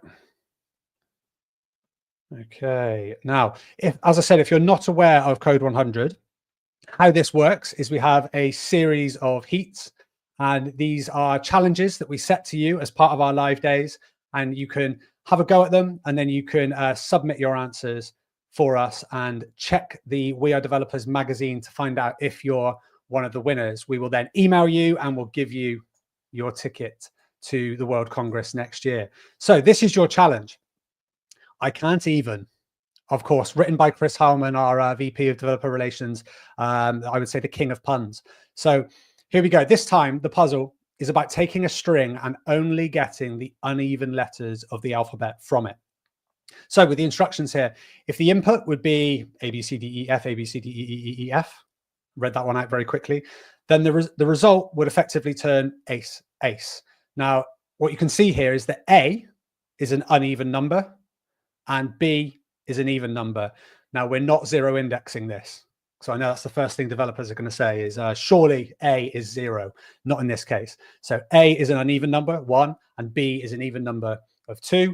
And of course, this is going to carry on. So for example, F would be 6. Now here, E is included a few times, but should only be there once, just like all of the others. So you're going to have to do a little bit of sorting and should we call it shaving? That's not the right word, is it? But filtering the data down so you only get the result that you're after. Now, to get this, you can see it's really nice and simple on screen. You can see how we're putting this out to you. The string to clean up is just in a nice simple text file, and the result should be 25 letters long. So it gives you some clue there, so you can check your data at the end. And of course, there is a form that you can submit this on, and we've got some QR codes as well, and we're just going to bring those up in a moment. The QR codes will make it nice and easy for you if you've got your phone in your hand and you're in the office or you're at home watching this. You can hold your phone up to the screen, scan that, and you can submit your answers in there. So we'll bring those up in just a second. We've got our QR codes coming. Let's just make sure we've got those for you. All right, won't be a second there. I know that Vince has got a million things in the background to be doing. So it's, there we go. And we're actually sharing from Vince's screen, not mine. There we go. So we've got a little bit of a strange way of doing it. There we are. We've got our QR codes. So if you want to see the challenge again, you can get the text file on there. You can get all of your instructions, then scan the QR code on the left. And when you're ready to submit your answers, scan the one on the right, and then it'll take you to a Google form that you can submit your answer on. Okay. Now, just to reiterate one more final thing, we're going to put the link on screen shortly. And this is for the article version that we've just published now to the magazine. And it's the article version of the CSS tips and tricks that you saw a little bit earlier on. So in there, you're going to find links to all of the code pens, and you can grab those snippets. And later on, you're going to find that video on our platform as well at WeAreDevelopers.com. If for whatever reason you want to see my face again, and let me tell you all about CSS pseudo elements. Okay. That's a million miles an hour. We've covered a lot. So just to reiterate that, Black Week Live is your discount code to get those that 20% off the World Congress. And you can submit your answers to the Code 100 challenge and find out if you're the winner at WeAreDevelopers.com. Okay, our final speaker of the day is patiently waiting in the wings, letting me speak a million miles an hour and probably pronouncing his name wrong. I'm going to bring him up on stage now. Ayub. Hello. Hello, Daniel. Hello, good to meet you. How did I do with the name? You can be honest. I won't be offended. It's good. It's good. I think it's Ayub Adwan. It's not Adwani, it's Adwan. Adwan. Okay, I see. Do you know what? I think that's very nice of you to only correct me on the surname, because I'm I'm sure I didn't do that good of a job. But hey, without further ado, we're going to get to it. And you are from the Adservio group, and you're going to be telling us about a really interesting subject, actually, because I think that AI, and we will just take a couple of minutes to kind of discuss the wider topic here, because I think it's something that's worth us drilling into.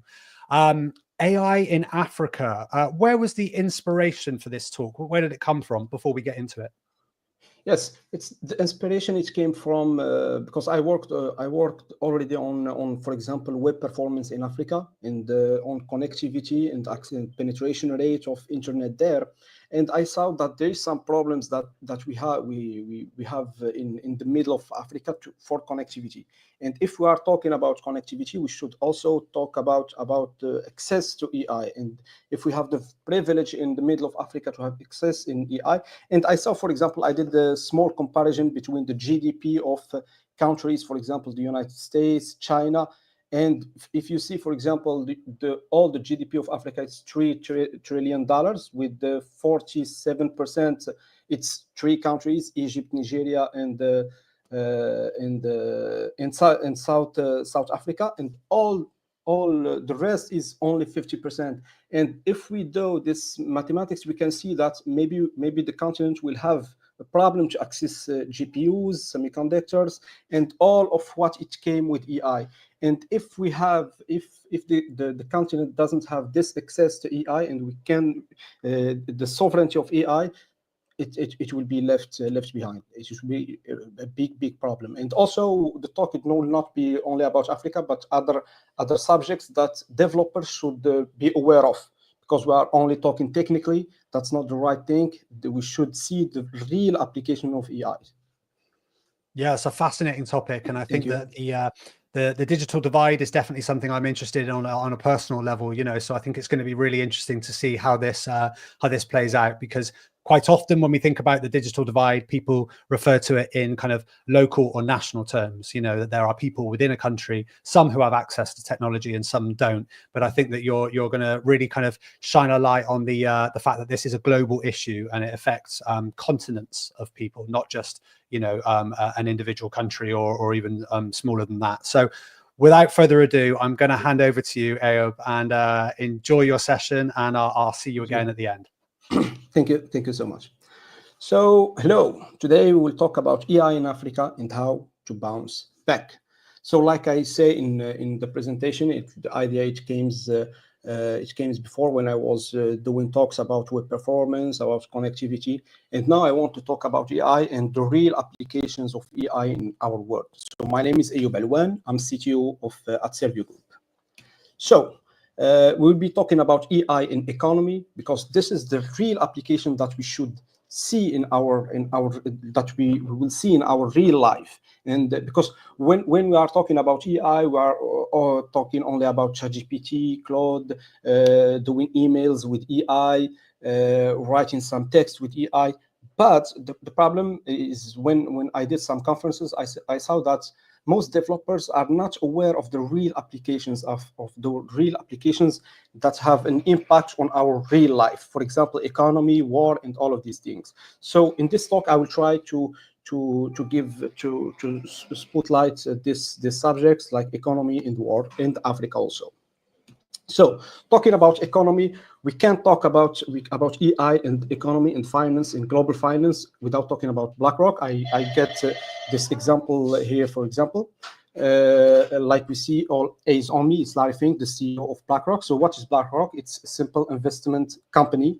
So they have a lot of assets in their management, and they are working with global companies. They are working with insurance companies, with pension plans, with financial advisors, and with governments also. So they have 10.5 trillion in assets under management. This amount is increasing by 1.4 trillion each year. Okay, so the question here is why I'm talking about BlackRock. It's an investment company. We don't care.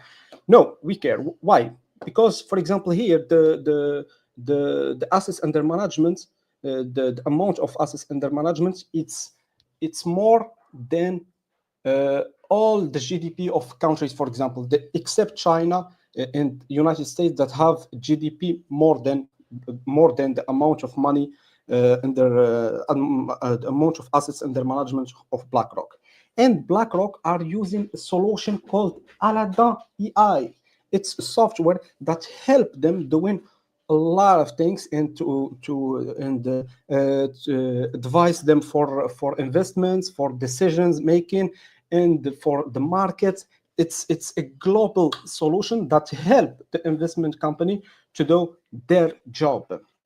So, and there is a lot of financial firms that have become heavily reliant on Aladdin AI, because Aladdin AI is a software used by BlackRock, but not only that, it's also used by other companies that BlackRock advise them. Okay, so BlackRock is also giving this software to other companies to help them doing their work, deciding for their investment, and all of that. Okay, so Aladdin AI, it has $21.6 trillion assets under management. We can say that it's equivalent to the GDP of China. Why? Because Aladdin AI is not used by BlackRock only to manage the $0.5 trillion, but also the $1 trillion of other companies, other governments, other central banks that they are using the solution to manage their assets. So Aladdin AI per day is doing 25,000 business transactions, 55,000 users around the world, 3,000 errors, potential investment mistakes are detected every day by Aladdin, 4 billion stock transactions on the New York Stock Exchange. That's a lot of things, and also 55,000 monitored investment portfolio. And it generates over 1.8 million reports per day. It uses a variety of data sources. It merges classic financial modeling with AI and machine learning, and it combines portfolio management and trading tools with risk analysis. So if we want to do what Aladdin is doing now, that will require a lot of people to work on, and maybe it will require years and years to do this, to monitor all of this, to generate 1.8 million reports per day. That's a lot. That's a lot. And we can't do it without software and without AI. And that's the real impact of AI. So Aladdin has become an essential tool in the global financial landscape. So the thing that maybe we will say, okay, that's good. We are using AI to improve our work, to improve our decisions, to work on our things. That's really, really good. Yes, that's good. But we should also see the key interventions of Aladdin AI. For example, the US Treasury Department hired BlackRock to assess distressed assets held by institutions hit by the 2007-2008 financial crisis. That's a big thing. So what we can see here is that Aladdin AI has access to a lot of things, to a lot of data sources. It's used by the Fed, it's used by the government, by the Department of Treasury. It's used also by it was used by the Central Bank of Ireland. And I found a research paper where they said that it's used by 55 central banks around the world. They didn't mention which banks. It was only a research paper that I read, but I didn't find a lot of information about that. But it's sure that it's used by a lot of companies, plan pensions, and also by concurrent investment companies like Vanguard, for example. And that's huge. Why? Because all of these investment companies have a lot of companies in a lot of fields, in health, in pension plans, in military, and the work that Aladdin AI is doing is we should win money from the software. So the software is trying to advise the users how to make money. So if it's advised, it has access to central bank or governments, other governments, and it's used also by military companies, for example. So how does it work? Maybe we'll have conflict and interest conflicts, a lot of things, and that's the problem of using AI and of using one software that gain all this monopoly. So here we can see that we have a monopoly under construction. That's not that we can see here how we can talk also about the explicability of AI, how it will take decisions, how it will advise. So if it's used for a lot of investment company, a lot of companies, military companies, health companies, how it will advise this to gain more money and advise the other to have a good health system and all of that.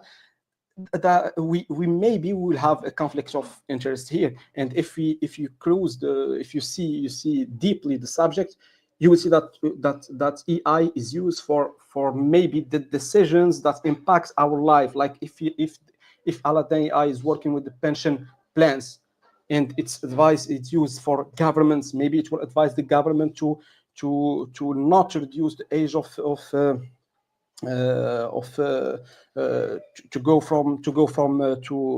take rest. I forget the word in English. It's retraite to stop working and all of that, the age of stopping work, we can see that maybe having a unified model that advise a lot of companies, a lot of investment companies, a lot of governments, we will have an issue there. Okay.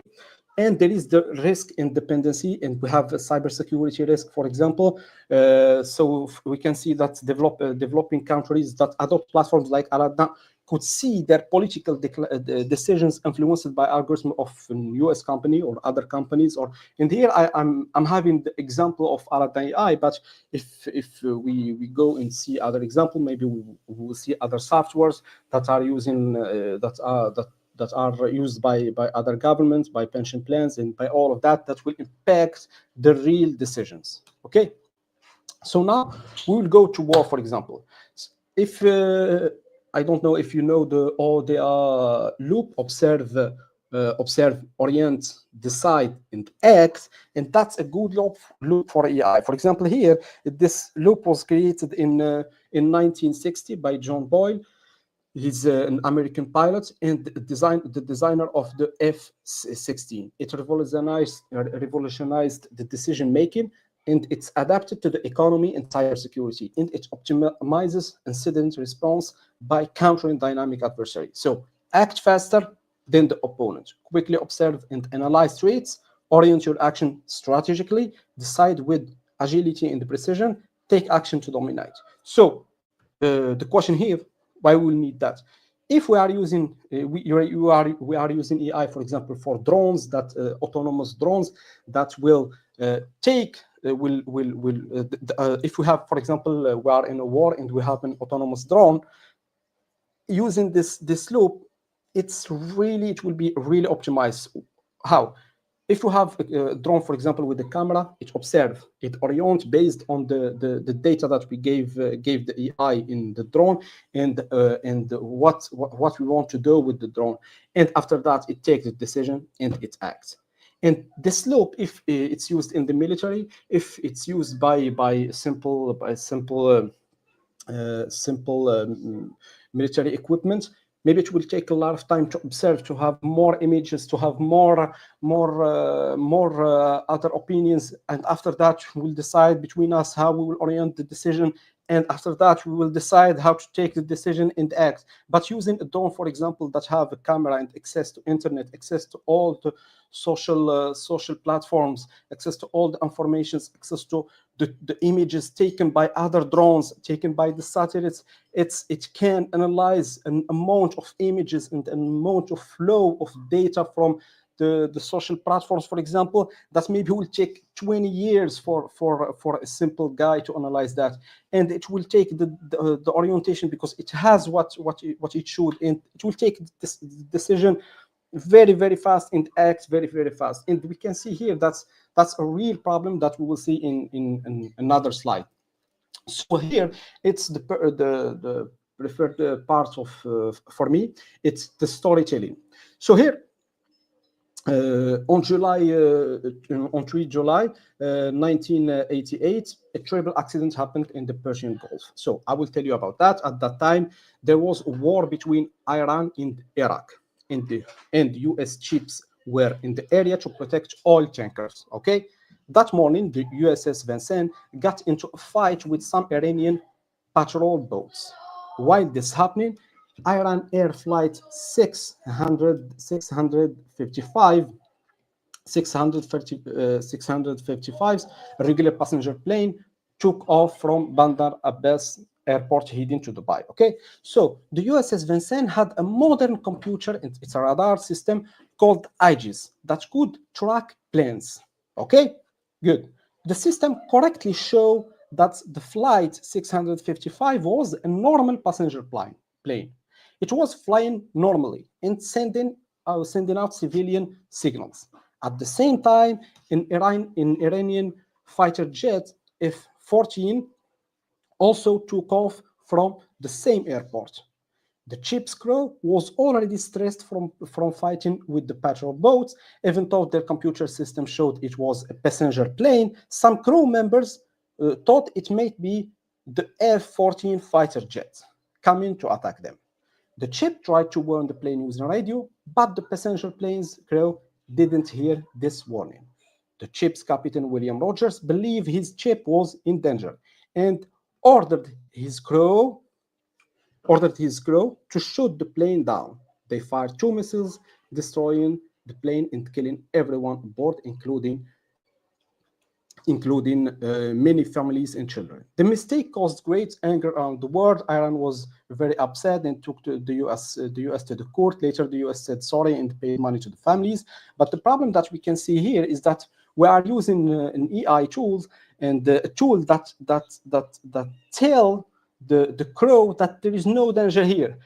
But because when we are talking about AI, we are always talking about the problem of AI, the decision making. Yes, there is problem with decision making of AIs, but also the decision makings using tools with normal people. Here we have, for example, the military that didn't listen to the IG system and took the decision to fire missiles to a civilian plane. That's a real problem here. We can talk about ethics of AI, how we can interpret what AI is saying, how we can prepare people to use tools like that and not to stress, and how to take decisions. And that's to show is there is problem with having AI in wars that will not have a good impact, will be more problems. But there's also problem in war in general, and we have problem with people that maybe took decision in place. They should really be good informed and good take time to understand how to react to some issues like that, for example. So now we'll talk the promises of AI. Methods AI, we can see that we have, for example, more drones that were used in Ukraine, for example, that can process a lot of data, doing data aggregation, targeting, take decision, and using the OODA loop that we showed before. And the thing here is that we promote using, for example, drones in Elon Musk talked about that yesterday,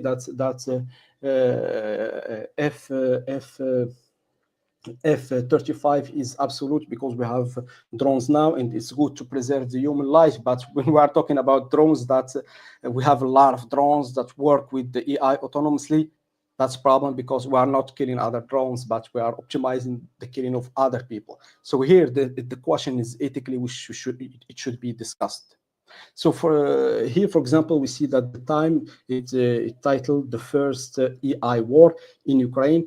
They were using a lot of satellite reconnaissance, imagery integration, and targeting using OSINT. Also, we saw, for example, Starlink there. We saw the place of the big tech, because the drones there had access to a lot of data resources, had access to social platforms, and it gives an advantage to the one who are using them, and maybe it accelerates the process of war. Now we will talk about Africa. So why I present economy in war? I present the economy issue with AI, with given the problem of Aladdin AI, and how it's a problem to have this monopoly and to advise government, pension plans, insurance companies, banks. And we talk about war also because that's the real life impact that we see in our real life. And that's the geopolitical question that impacts our saving, impacts our life, impacts our families.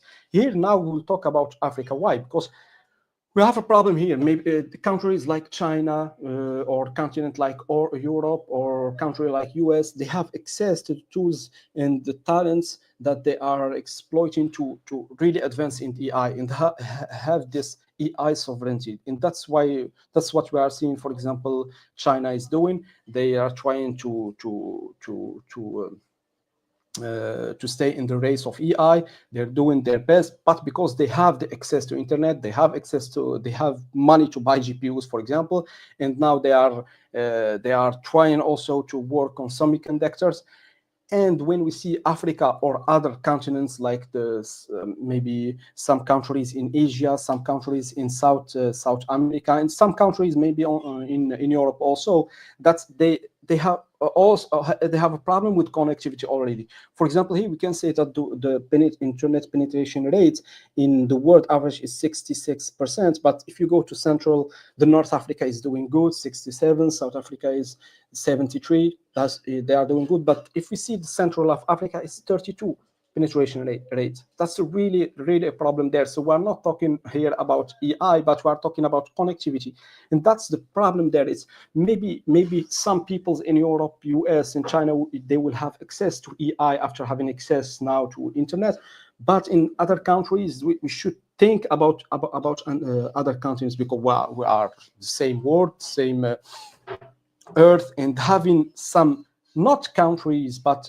continents that they are behind the race to AI and their sovereignty and the using for good AI, that's really a big problem.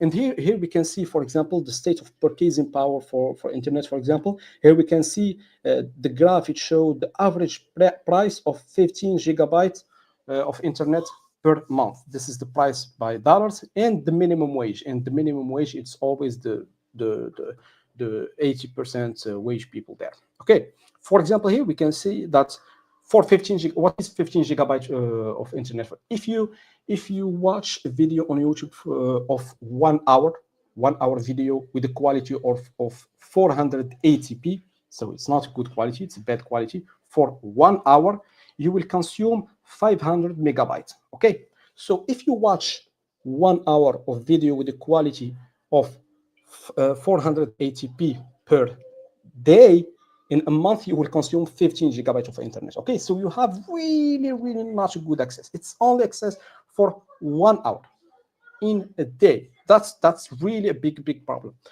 But with only 15 gigabytes, the question here is, there is some countries that have not access to this 15 gigabytes of internet. For example, we can see countries like Burkina Faso, the minimum wage is equivalent to the price of 15 gigabytes of internet per month. We can see, for example, in Zambia, the price of 15 gigabytes of internet per month, it's more than the minimum wage.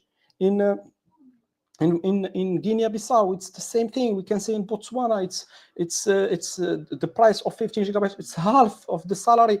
And we can see in the north of Africa, for example, in Morocco, people have access to internet. It's not a real problem. There they can buy it. They have fiber optic. But other countries, they should buy what they will consume, because in the other graph I showed you that there is not penetration rate, so they don't have ADSL or fiber optic, but they should buy mobile internet, and that costs a lot of money. Here we see that there is problem with connectivity already, and that's why we can see that there is some lot of countries that they are buying the service of Starlink. That's really a good thing, because it will give them access to an internet there, but they will lose their sovereignty. That's really clear. So here, why I'm talking about AI? Why I'm talking to you about AI? So this is the question. I'm doing a conference, an European conference, and talking about AI to people like me. So what I'm trying to do and to tell people is to go to countries and to continents that they don't have, in Asia, in South of America, maybe in Europe also, in the middle of Africa. They don't have maybe a lot of talents. They don't have access, penetration rate, a good penetration rate of internet there, and to help them with for example, working on some apps. For example, here we can see apps like Noro, developed by Google AI, that help Tanzanian farmers diagnose cassava plant disease. That's really a good thing here to use. For example, tools like AI that will help the agriculture of these countries to have access to food and all of that. And we can see that there is other platform like My Smart Farm and iRobotic in South Africa that use AI for plant disease diagnosis. We can see that maybe the use of AI in economy, in war, it's not that good, but we can see that we can benefit from AI in other contexts, that we as developers, young people, we can maybe go and help other countries, help other work doing companies, maybe business also in these countries, to help them access to health. For example, here we can see artificial intelligence is transforming healthcare in Africa, and we have an example of Morocco that they are doing good with. I'm Moroccan, that's why I'm saying that they are doing good. No, they are doing good really, because for example here we see the use of Da Vinci surgical robots increased by 30% between 2020 and 2024, and that's the problem. Here we have, for example, Morocco, a country in Africa, but because it have access to internet, it have a good penetration rate. Next year we will have 5G also. It help the country to advance into to stay in the race of AI, to try to have a sovereignty of AI. But other countries that they don't have access to this, they will have a big issue. And maybe we'll see that there is a difference of years between a country like US and a country of Middle Africa. With a country that have access to AI, have sovereignty of AI, it will have 500 years more of development more than other countries. And we can see in education, for example, in Uganda, we have tools like Shul platforms that use AI to deliver personalized learning via SMS. That's things that we can do here from Europe, working on apps that will help other countries improve their education. I don't see that's really a problem. Here we can work on things that will help them have personalized access to the same system of education that we have. We can improve the system of education of other countries using tools like AI, for example. So the question here is, this is the final slides of my talk. So the question here is how it took me to do this talk. Maybe someone will say 1 week, 1 month, 1 year. It took me only 1 hour. Why? Because I'm working on a book called Artificial Intelligence, the World New Chessboard, that talk about a lot of subjects like but deeply that we see in our talk. But in the book, we talk about hyperwar, about Aladdin, about mass surveillance, about ecology, about terrorism, and about the big techs, the impact of big techs in Africa, space, and all of this. And the book took me 1 year to do it. And here you can see a QR code that you can do a screenshot, or you can scan it now to add me on LinkedIn. And after some, I think next week or next 2 weeks, I will publish a link to purchase the book from Amazon. And I worked on it for 1 year, and it's covered all the subjects that developers are not aware of about AI, because we are talking only about the technical things, Gen AI, algorithms, and all of this. But we should see the real impact of using AI. This is the QR code. You can screenshot it or use it with your phone. And that was my talk. Thanks a lot. Ayoub, thank you very much for that session. That was fascinating. I mean, we've just this week actually published an article on the We Are Developers magazine about the role of technology in democracy, and how, it's obviously with the US election, and we won't get into that too much, but there's obviously been a lot of controversy around whether the voting machines technology that's used, or even in the ability for people to kind of share information, and then if that information is correct or not, if it's misinformation, disinformation, there's a whole load of layers that kind of come up with it. If we were to sort of just ask the big question before we drill into it, are you hopeful about AI, or are you worried about it? Which one sort of is more prominent for you right now? Because the potential is, we talk about AI like there's so much potential, and maybe we're taking that as a very sort of Western-centric approach, where it's got a lot of potential, but is that potential for everybody? What are your thoughts? I think the potential will not, of course, be for everybody. The potential will be for people that have access and the sovereignty, and countries that have the sovereignty of AI, and how they will manage the impact of AI. Because the problem here is that we will have a lot of people that will lose their jobs, that will change their jobs, and how the governments of these countries will manage that.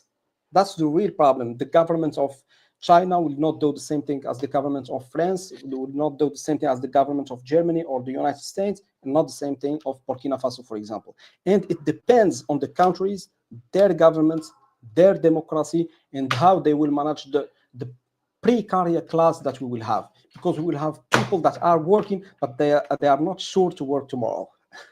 Yeah, it's really interesting, because I think, you know, there's something came to mind then about when you were mentioning that there was some speakers at the World Congress last year, and there was the Prince of the Netherlands was there, and he is a special envoy, sorry, and he was talking about how the values of different countries were really important when they were building the tracking technology, you know, the apps that tracked COVID-19, because some countries were quite happy to say, well, let's collect information about our citizens so that we can track COVID-19.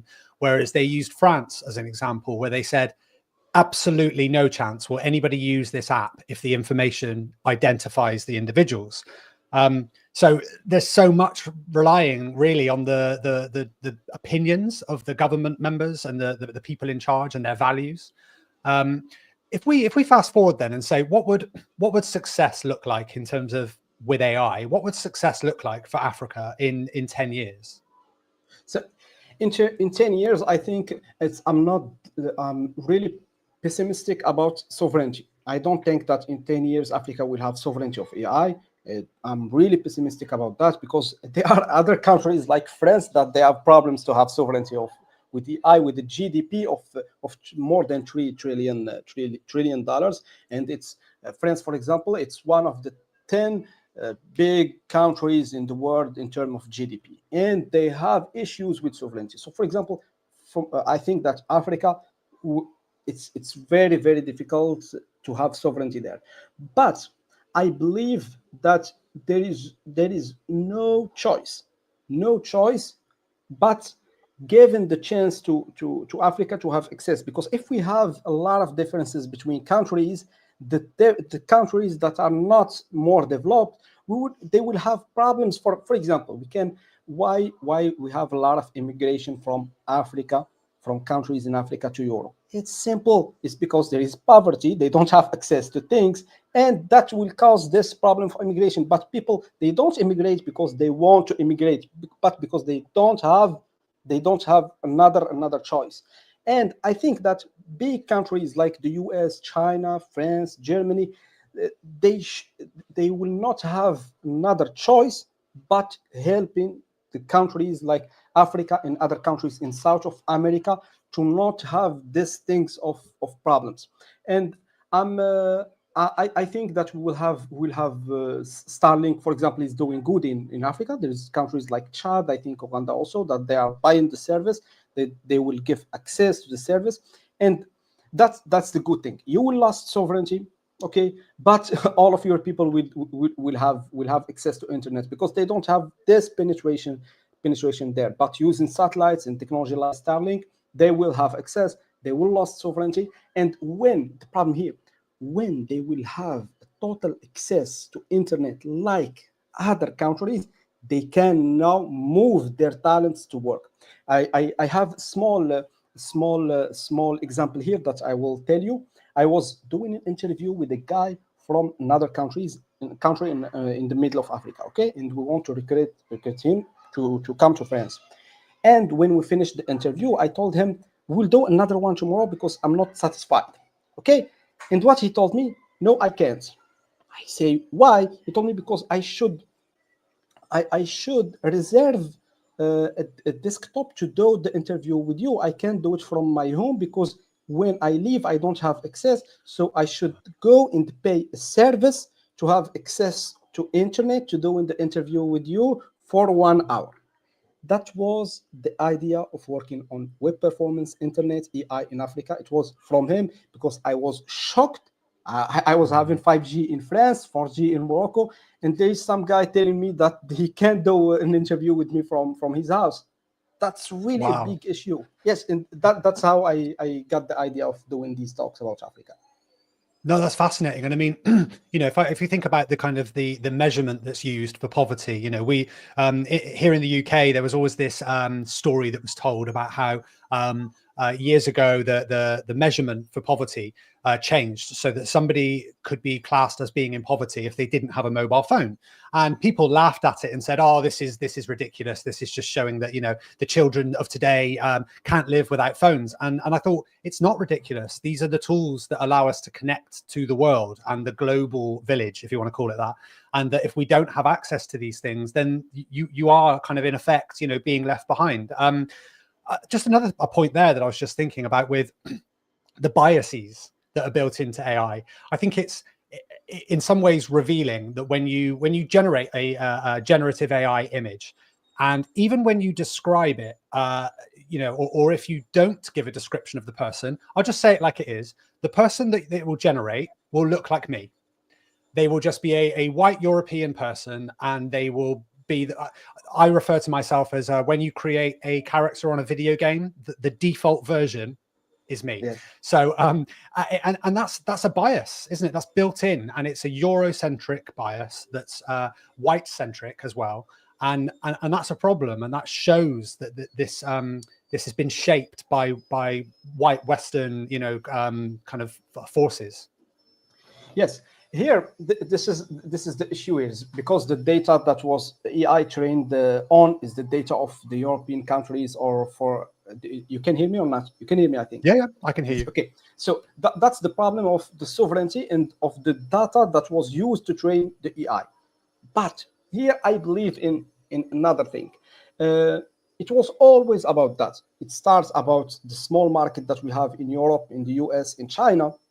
But the capitalism will push the AI to go and search for other markets. And the day when they will have a saturation of the market of our European, US, and China, capitalism will push them to go and search for other countries. And here we will have that AI will not have this bias because the capitalism will not allow that because they need to have access. You can't give an AI that when a person from a country, every time he's demanded to generate an image, it's generating a white guy, or because the AI was doing by China, it's a Chinese guy, but he doesn't see himself in AI. One day the capitalism, I think it will push these companies to go and to search for the other markets and adapt their AI for that. It's not, I'm not happy to say that, but it's the case. It's all about the markets at the end. No, I think you're probably right on that one. And excuse me, I think that it's in some ways it's a theme that we're seeing again and again, that there's you know, the problems that are being created by AI. A lot of the time, people are then creating tools using AI to resolve the initial problem. You know, so it's a strange kind of chicken and the egg, but at the same time, it's a very interesting time. Ayob, I'm going to say I'm going to check out your book myself, because I think that's a really interesting topic, and I'm going to make sure I follow you on LinkedIn and keep in touch, because it's definitely I think there's some, yeah, we could talk about this all day, really. Thank you. I just want to say again, you know, a massive thank you to you, Ayob, and you know, I'd like to encourage everybody watching that they go and do the same, connect with you on LinkedIn, keep up to date, check out the book when it comes out, and yeah, thank you very much for joining us. Thank you so much. Bye. Thank you. All right, so that was our final speaker of the day. We're just going to do a very quick recap on what it is we've gone over today, and then we are finished for this afternoon. So first of all, just a massive thank you to all of our speakers. We had some really, really fascinating sessions, and I think that as somebody like myself who does not work with machine learning, and you know, my own experience, if you like, of AI is like most people. It's using ChatGPT. It's generating, excuse me, it's generating, you know, silly little images on DALL-E and Bing Image Creator and things like this. But it was great to kind of learn a little bit more about the inner workings of it, and the ways that we can actually pick up this technology and use it with a bit more confidence, but but also what it might mean for the future, with particularly our last session there, where we're looking at, the way that this may or may not increase the digital divide on a global level. So just to run over each of those again, I'd like to say a massive thank you to Marin Niehues, who joined us from Niehues Consulting to talk about AI beyond the code, talking about implementing AI at the organizational level. Now, adding on to that, we had a great session with Ashish Sharma from AI Rudder, who focused really on the RAG or RAG principle. And this was great as well. It's a great way for us to see how organizations are actually able to shape these models and the machine learning technology to make sure that they're not only secure, but they're actually keeping in line with, regulation and compliance expectations as well. So that was a really good session there from Ashish as well. Our third session, we had the fantastic Maxim Salnikov from Microsoft talking all about how to mature your LLMOps. So many of us, including, individual builders or startups or even large organizations, are just trying to implement AI in any way that they can. And Maxim did a great job of giving us the framework that we can use to do that with a little bit more confidence, so that we can hopefully achieve the operational excellence, which I really like. It's like technological enlightenment, at the end. Although, as Maxim said, it's not the end. It's just the beginning of the next cycle.